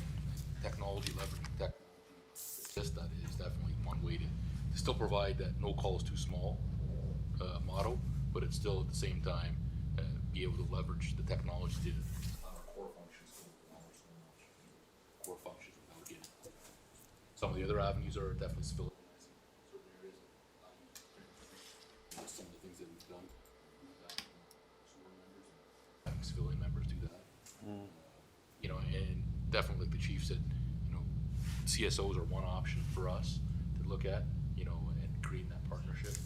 But we definitely have to focus on looking at those things, because one call can be too much for us. We're having a major incident here, and we're going to be struggling. Yeah. Right. So we saw that in 2019. Yeah. So that's just the reality of it. Supplemental? Sure. I guess a completely new question. Sure.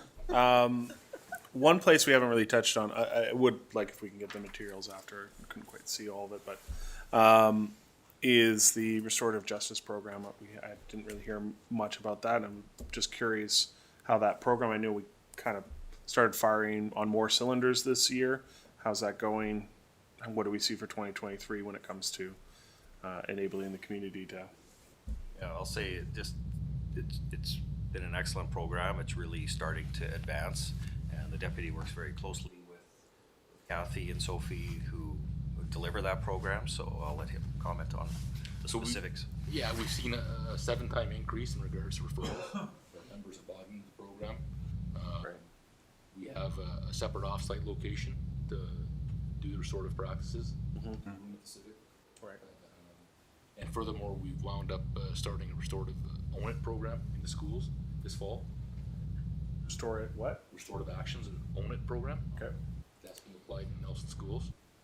So in general, we're seeing an uptick in restorative justice practices and how the restorative justice program is operating. For us next year, we definitely see an increase. We definitely want to continue to grow the program. You know, there's been talks in regards to a 3-year business plan from Kathy and looking at potentially making partnerships with other stakeholders such as probation services. So we're on the right direction. We're on the right track. Awesome, thank you. Okay, seeing no further questions, I think Chief and Deputy Chief, I think that from the conversation here this evening, you can see that we will be having you back in the not too distant future. Maybe to have a little shorter discussion on some of these more topical issues like restorative justice, so that the public could understand a little bit more of what that entails. Those are always interesting things to hear about. So, and as we move forward, I have to say I'm looking forward to.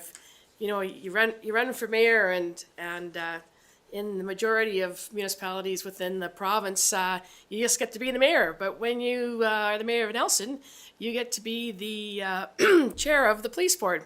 So I've had one meeting with the police board already, which has been very interesting. I've been reviewing the Safer Community Plan, at the Community's Action Plan that's been put forward by the government. We've already started some discussions around that. I'm sure there'll be further discussions as that comes out, and I'm looking forward to how that plan, when it comes out, hopefully we can capture some of the funding stream there to not only help our police services, but hopefully our community social service agencies, because we're all struggling with resources, both financially and in human resources as well, in all of these sectors that affect us. So I want to thank the chief and the deputy chief for attending tonight, and if we could have a motion from council to receive the 2023 provisional budget that's been presented, that would be in order. Councillor Pinero moved. Councillor Lockenberg seconded. Any further questions? Seeing none, all those in favor? Thank you, and thank you again for coming out this evening. Thank you. Thank you. Thank you, Tez.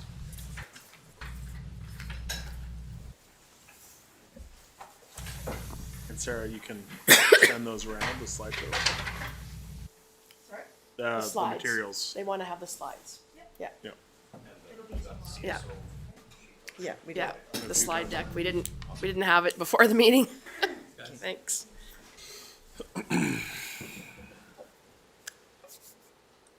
Okay, so we have one last delegation this evening, and that is one from staff on the bike route next phase. So while they're getting organized, Development Services staff have done some preliminary work on the conceptual design and public engagement for the next phase of the primary bike route outlined in the City Active Transportation Plan. Phase 1 was completed in the summer of 2021 between Fairview and downtown. Phase 2 is proposed to connect Rosemont to Uphill, identified as a priority connection through public engagement for the ATP. Staff have completed a thought exchange for the route, have retained Urban Systems to complete the conceptual designs, and have written a public engagement strategy for the project, and have applied for federal grant funding. Staff are now looking to complete the remainder of the public engagement efforts. Active transportation connections through the downtown core, along View Street and along Railway Street are also included in the consultant's scope of work, but have not been fully vetted at this time. Therefore, this presentation is focusing on the Rosemont connection. So, there you go. Over to you, Matt. Okay. I might just start off by introducing myself. I haven't quite met all of the councillors. So, my name is Matt Kuziak. I'm a city planner here in Development Services. I've been with the city for a little over a year now. I've taken a keen interest in the transportation side of our work. And I've also recently begun a master's degree in transportation engineering at the University of Washington. So all of this is of quite keen interest to me. So it's lovely to meet all of you. So what staff are presenting onto council this evening, I might put this as full screen.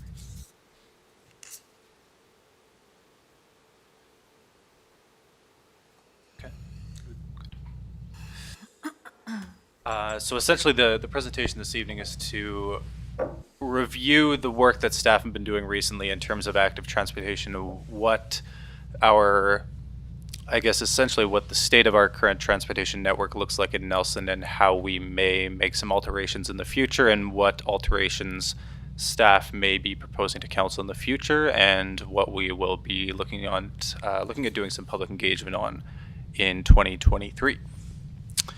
So starting off, the mission for active transportation is essentially to alter the mode share within Nelson towards some more active modes, some more walking and cycling, and permitting that through the implementation and construction of infrastructure around the city. And kind of the overarching principal goal that we have in our official community plan is based on that active transportation becoming the greatest mode split by 2040. And that encompasses a variety of other benefits through the use of active transportation as well, increased air quality from reduced vehicle kilometers traveled, reduced and better distribution of impacts on city infrastructure, having to repave streets less frequently, etc., reducing the vehicle congestion and parking pressures of downtown, and also just generally encouraging a healthy and active community is usually beneficial. So also there's a strong correlation between strong mental health and active transportation as well. So that's kind of our general view of active transportation, and then we can move to the policy slide, which is pretty daunting, I understand, but essentially what the purpose of this slide is just to realize that there's a lot of policy support already in place within Nelson's overarching documents for further implementation of active transportation infrastructure. As I mentioned, within our official community plan, also within our new climate plan, Nelson Next, as well as within our active transportation plan, of course, as well. So we can see that we want active transportation as being our largest mode share, but we also want to permit Nelson's residents and tourists to conveniently navigate the city through active transportation. We want to continually invest annually in active transportation infrastructure. Of course, we also want to foster safe pedestrian and cycle-friendly streetscapes. And that's all just within our policy documents as a city. There's also plenty of support provincially and federally as well through Clean BC. There are many progressive goals that they have. They want to help municipalities double active transportation use by 2030 and do that through incentives and grant funding, etc. So there's a lot of policy support already in place. And the work that staff have been doing thus far is very much in line with that and adheres to that, those principles. So moving into that, some of the work that we've already done. The update on the phase one of the Fairview Bikeway. So this is the first phase of our primary bike route, which is essentially proposed to be an active transportation corridor from one end of the city to the other. So that's proposed from the Fairview neighborhood through the city core up into Rosemont. So we've completed the first section between the neighborhood of Fairview to the downtown core. So there's a lot of statistics that we can deduce from the monitoring work that we've done. We've been doing monitoring work for the past 2 summers to get more insight into how this route is performing, what potentially some conflict points may be, and just generally how it's performing, and if it is how we want it to be, what are the volumes like, etc. So we've seen some generally quite interesting and encouraging statistics coming from the monitoring. We've seen the pedestrian flows doubling from 2020 to the current year, from the average 15 pedestrians per hour to 30. Average cyclist volumes have increased from 15 cyclists per hour to 22 per hour. Also note that these are average volumes, so they obviously fluctuate throughout the day and fluctuate throughout the year, of course. And vehicle trips, which is one of the most significant statistics that we found, have decreased along the route by up to 50% in some areas. So we've been tracking at specific intersections along the route year after year, and we've seen these pretty progressive changes happening. So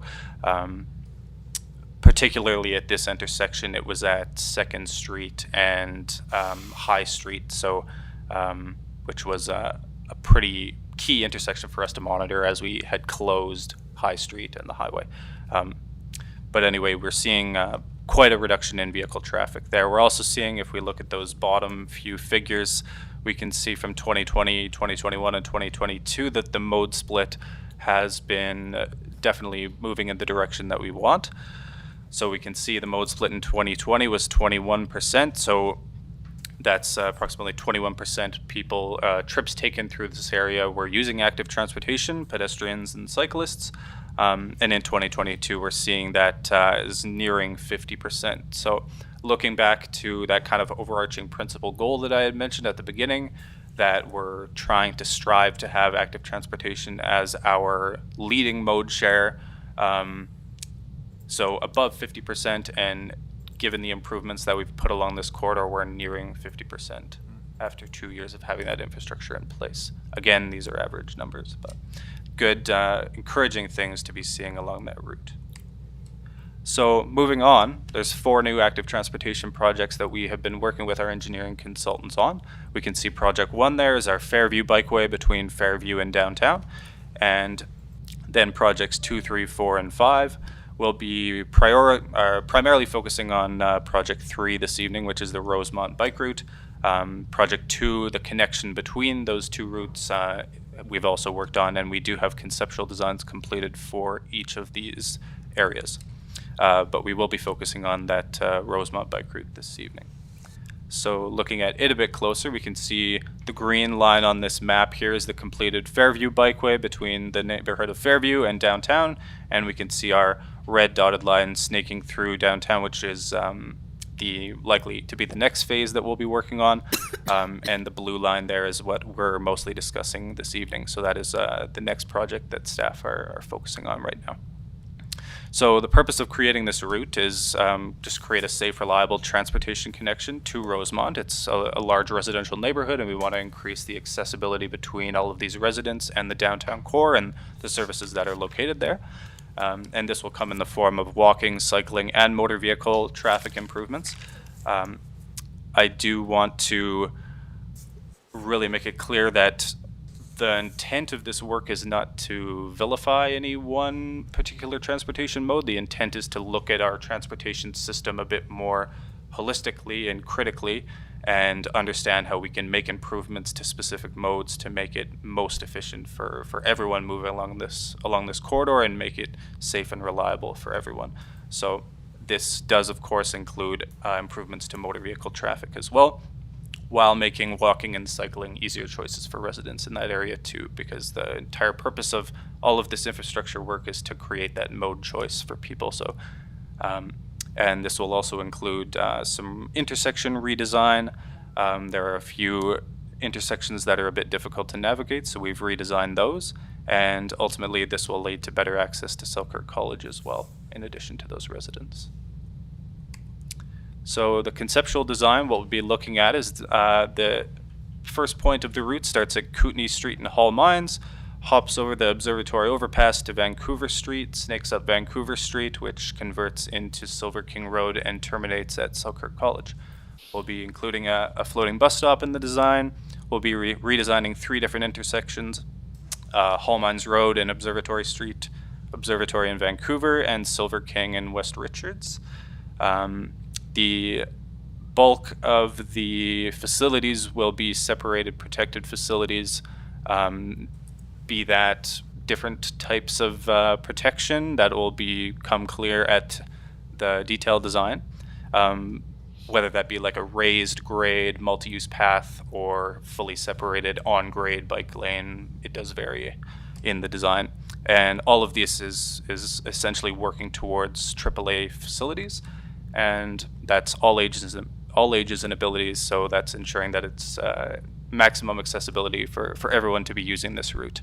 And AAA facilities are the key priority in the British Columbia Active Transportation Design Guidelines, which is what our engineering consultants that we used for all of these designs, they did write the design guidelines for the province. So it's been a really great resource for us, and it ensures that the facilities that we are designing are best practice and the safest that they possibly can be.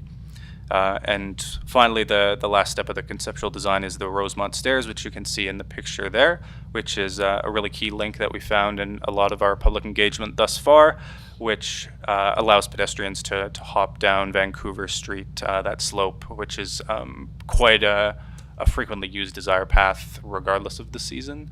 So it's quite an important link for people rather than having to walk all the way around the Vancouver Street curve.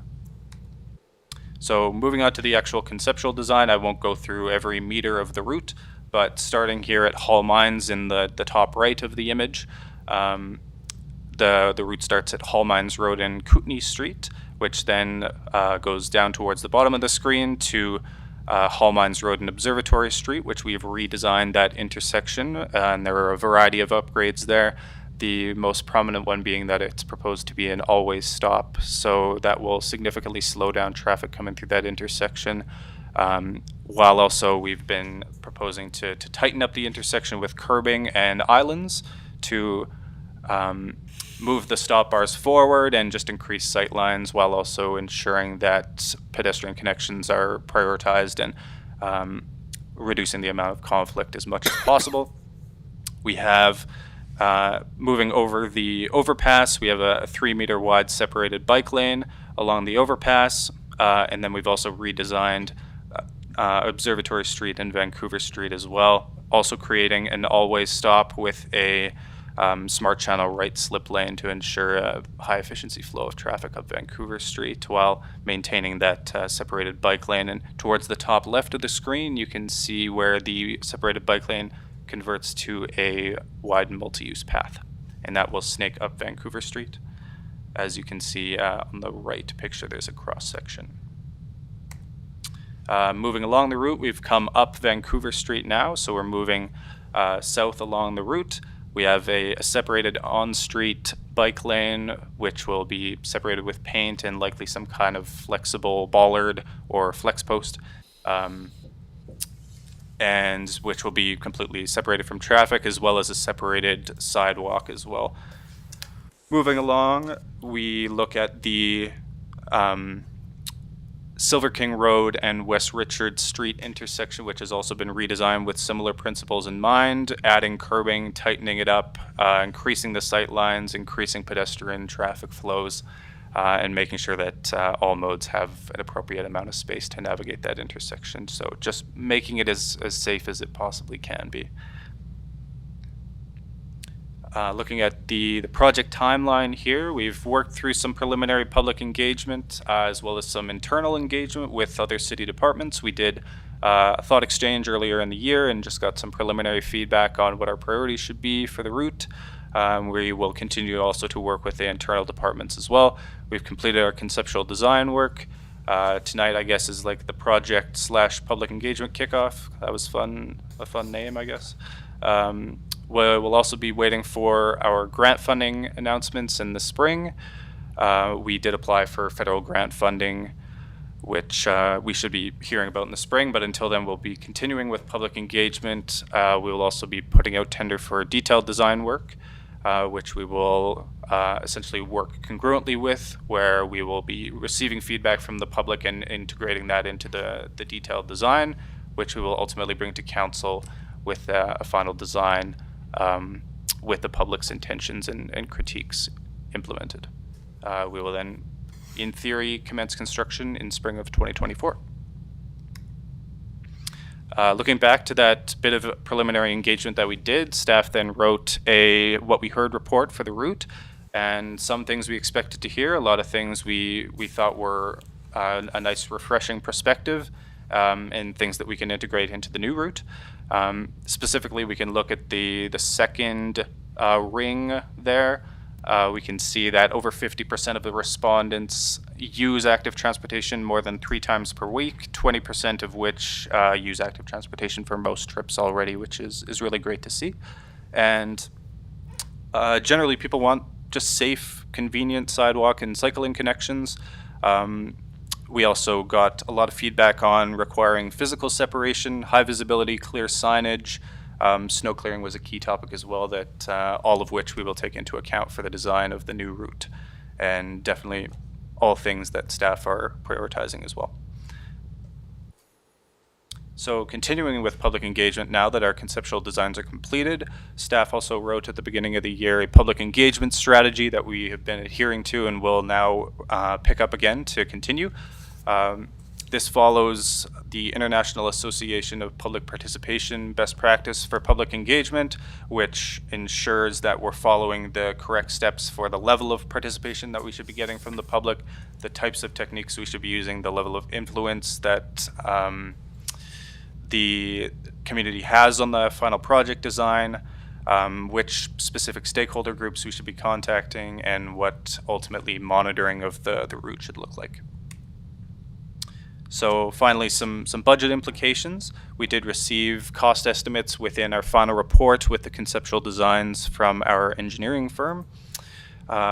With the all of the different sections of the route completed, the total cost estimate for the infrastructure is approximately 1.4 million.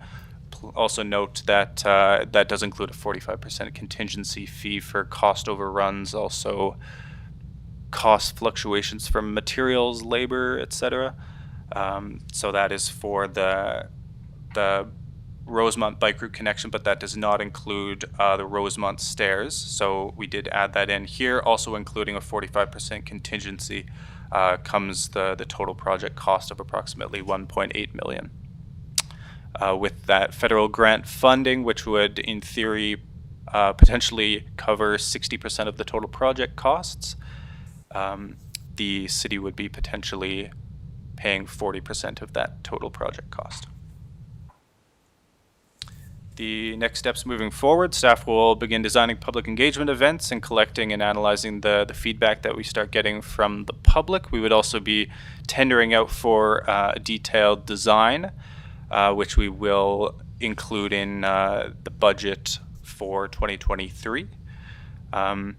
We will then, as I mentioned, work a bit congruently to alter the designs while we're in the thick of public engagement to make sure that we're integrating those ideas from the public into the design. And then ultimately we'll present a final design to council. And that is the end of this presentation. I do have one other thing that I wanted to just show council within Nelson Next. But it's not the end of the world if we don't have it.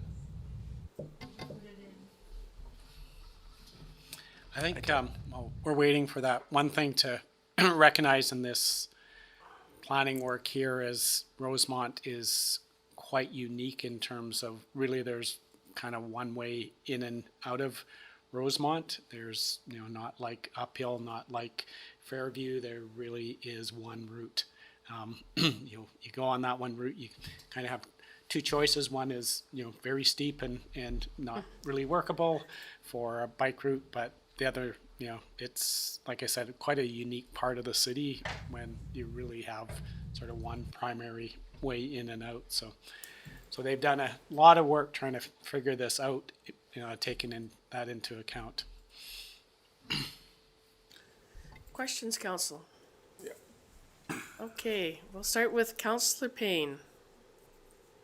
I'm just interested in this, primarily, it looks great. I'm very excited with all the work you've done around this. I think we all know that there's a huge need for this, and the opportunity to increase the diversity of moving people around the city is critically important, as we know with Nelson Next.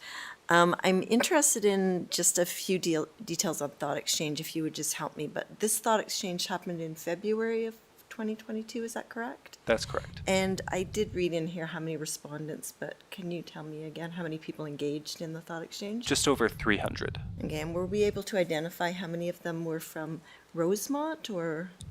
Just within city limits. Just within city limits, yeah. I didn't think with Thought Exchange, but I just wanted to clarify. And that was my first question. So if somebody else Have a wants to go supplemental? next, that's around that one. Should I wait to move on to the next one? Or? I guess my main thought is I did reach out and speak to a number of different people, and I didn't have clarity on over the bridge. I think it's going to be awesome that we're going to go down to 2 lanes of vehicular traffic and 2 lanes for active transportation.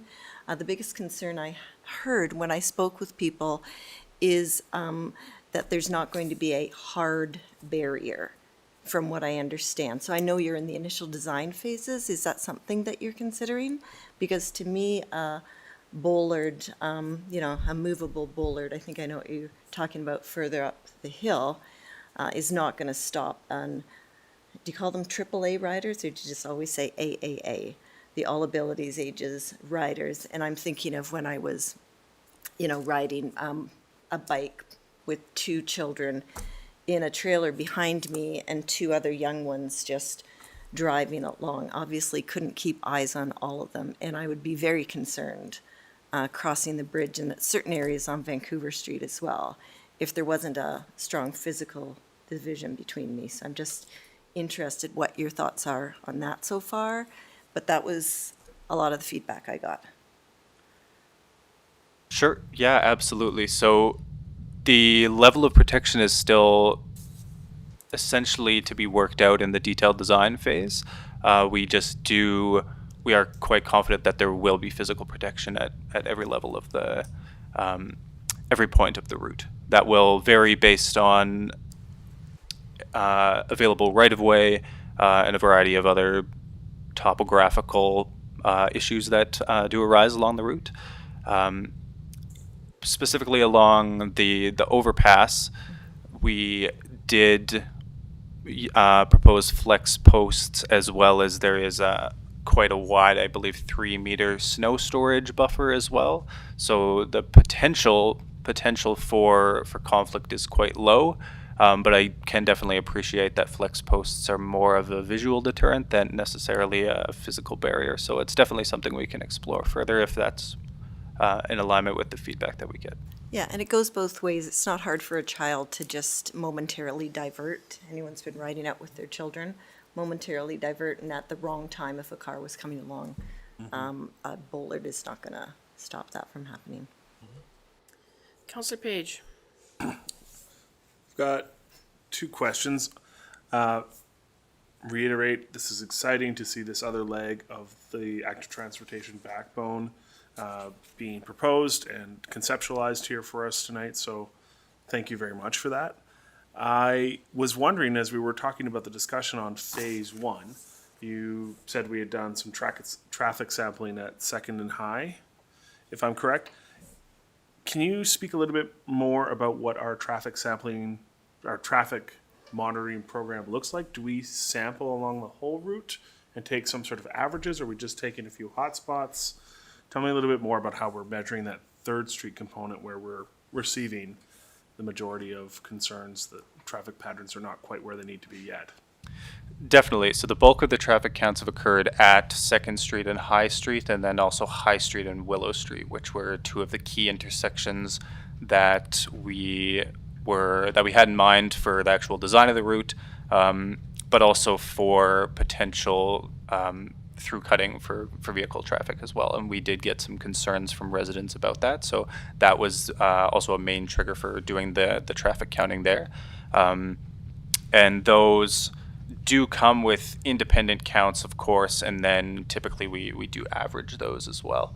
But we do keep them independent enough where we understand that if there is specifically a high enough volume of traffic through cutting, for example, from Vernon Street along High Street and then shortcutting down Willow to the highway, we definitely track that independently, and then we start to look at it a bit more critically and review whether or not some further improvements are required. Secondary. There might be a tertiary.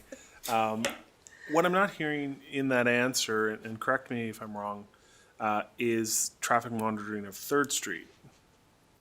Am I hearing that correctly then? So we have done a bit of traffic monitoring on 3rd Street, but it's more so been complaint-based.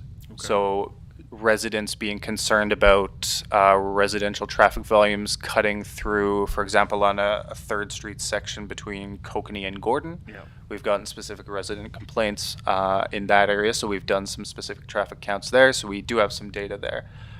We have also collected some vehicle, pedestrian, and cyclist data through a recent traffic impact assessment as well, which we can also use to support that. And we have been working with residents quite closely to, as well as Public Works, to understand what improvements might be necessary there. But we definitely have it on our radar.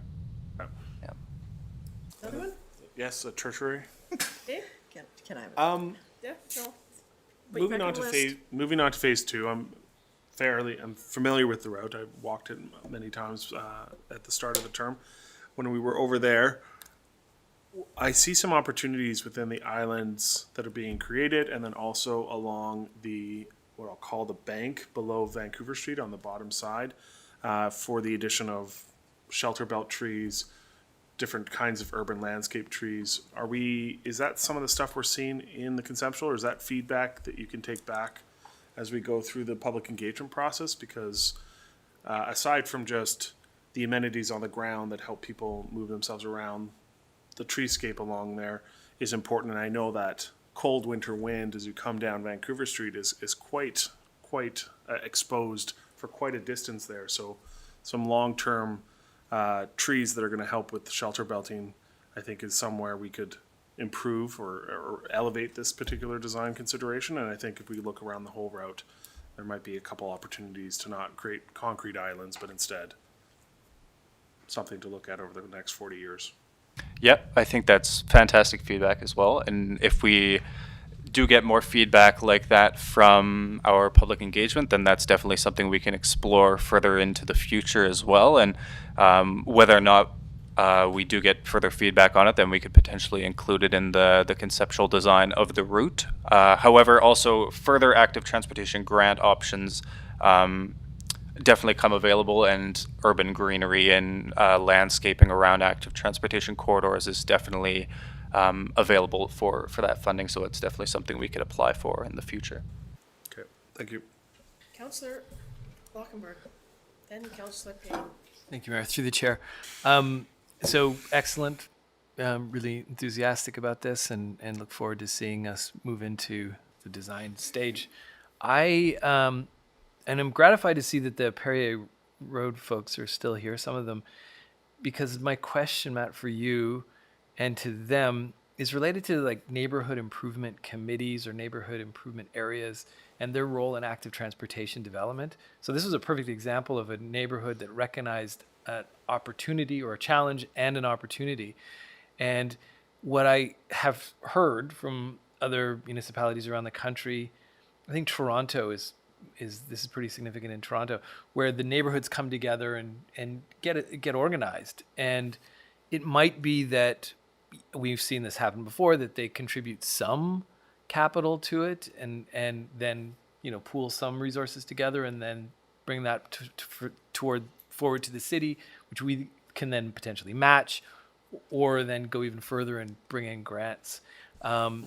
So two things there for the neighborhood improvement committees. One is to potentially explore it as something we want to encourage. Number two is to offer them some direction in terms of like, how would you like to move around better? What's better for your neighborhood? Probably more on the walking rather than the biking side, I'm thinking, but certainly that. And then three, if you're organized and you form some sort of semi-legal organization, you might be in line for grants on your own.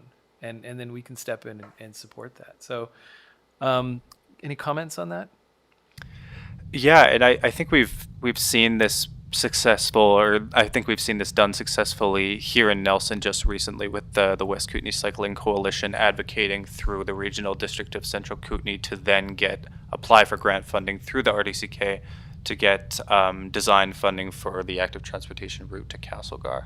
So I think that's an example of that being done quite successfully, and Nelson, the city of Nelson, could potentially play that facilitator role if a group were to get organized and to bring those design ideas and concepts to us. And of course, we want to be working with the public as much as we possibly can, and we'll be being as transparent as we possibly can through the design stages and through public engagement. So these are the groups we definitely want to be working with through this project.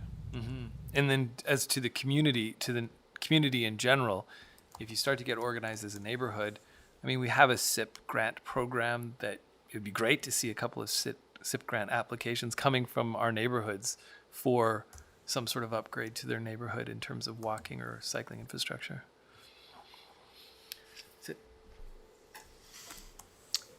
Any further questions? Oh, yes, Councillor Payne. I'll try and make it quick. It's getting late, I'm sorry. Just a couple of things, and these, I'm sure these are further out. I love public engagement. I would just ask that this is about Rosemont. You have down there that the thought may be that it would be at the Innovation Center, but I would strongly like to see any public engagement happen in Rosemont. I think the other thing that really needs to be considered in any public engagement is accessibility. So availability of people who don't have vehicles and may not be riding their bike in this weather, so at least be along a bus route or close to a bus route, walkable, bikeable, or busable. I have been to a couple of great public engagements from the city that have not met those requirements, and it's challenging for some people to get there. So if we could have an eye towards that for future engagement, I think that would be great. I was speaking to Velo Canada today. I participated with them in their count last year. Is that information that you're using to inform the choices around some of the routing for this? I know they worked with you to select the places where they did the counts, where we sat with our little cell phones and added them up. So is that information that you have yet from that census? I have not received the data from Velo yet. Okay. And then my last question is just around the stairs. I'm interested to know where that idea came from. Okay, I believe it initiated with the original public engagement for the active transportation plan, active transportation implementation plan itself, which outlines some missing links in key pedestrian corridors around the city. And that was identified by the public as something this is where all the pedestrians from Rosemont are traveling. They are hopping down this hill, regardless of the season or the stability of the slope, and this is what they're doing. So this is good planning practice to then provide a connection there for So them. that was the original public engagement at Hume School? Is that what you're talking about? Sorry. That probably goes back to 2010 when the report got made. That's the original report, the very first plan, that sheltered walkways, and that was there. And it's still, I just thought it was interesting looking at the costs, which, as we know, the costs that we're looking at right now are probably not the costs that we'll see when that's implemented in 2024 if it goes forward. I actually walked it today. I walked around it today, and it's a 4-minute walk from the top of the stairs to the bottom of the stairs, going the long way. So I just want to be very careful in our process of how we're spending money to save people 3 minutes. And I have lived in Rosemont, so I understand the walk. And I've scrabbled up that hill myself, just to be fair. Not recently, but I have done it. So it's something that I really want to make sure that the people in Rosemont that are coming from 3 different areas, so if you're coming down from Wasson, you wouldn't necessarily use the steps. And if you're coming down from the Silver King side, you wouldn't necessarily use the steps. So there is sort of a mid-range. And yeah, I have definitely seen people in a different demographic than myself using that. So I just wanted to understand where that came from and make sure that we're making an investment in a place that will be well utilized when you consider that mums with strollers, anybody with a mobility device, and other individuals who just aren't comfortable with stairs wouldn't be the population using that either. So just a thought, thanks. any, Mountain bike trail, jump. Yeah. But the cover would stop you from Yeah, doing get a lot rid of of jumping, so. You grind the roof. Yeah, you could okay, skip any right further down. questions, council? Okay, seeing none, then it's time to have a motion to receive the presentation from Development Services and to thank Matt. So moved by Councillor Page, seconded by Councillor Lockenberg. Seeing no further question, all those in favor? Thank you, and it passes. Thank Thanks, you. Matt. So item number 9 is council reports, but considering that we've all been in the job for about, I don't know, 3 hours, no. I don't know, does anybody have anything that they'd like to report at this particular time? I have Okay, it. Councillor Page has a report. I'll get us started and then we can go for another hour. Mm-hmm. So we had our first meeting at the RDCK, so I have a few things that I would bring in the open. just for council and new council's awareness, staffing levels in the building department are continuing to struggle. They are bringing on at least, got 2 vacant roles down there. They're bringing on at least 1 replacement by the end of the month, but it's been an ongoing issue. We've contributed, I believe, to part of that issue by bringing someone over from the RDCK, but they're working towards it, and the processing of development permits is certainly behind the average as it has been in the past, and that's causing quite a lot of consternation out in the rural areas. So just something to be aware of. As everybody knows, Area H joined the Conservation Fund, and so that has been formalized and approved. And as was mentioned here earlier, we've entered into an agreement with the federal government on the permanent public transit program as we go forward to explore the feasibility of a corridor and design concept between Nelson and Castlegar for the cycling coalition that put forward that. And other than that, it was a fairly late meeting, so that's all you get. Okay, anybody else? You were really hoping for a longer one, eh? It's a good start. That's about what that would be a perfect report at a meeting, just a high level touch on what you may have been doing. So there are no late items, and so I would now ask for a resolution to adjourn. Okay, moved and moved. We have Woodward and Payne. All those in favor? Everybody except Lockenberg, and that passes. You stick around. He's staying. Damn it. You got me again. You're having so much fun, you don't want to go.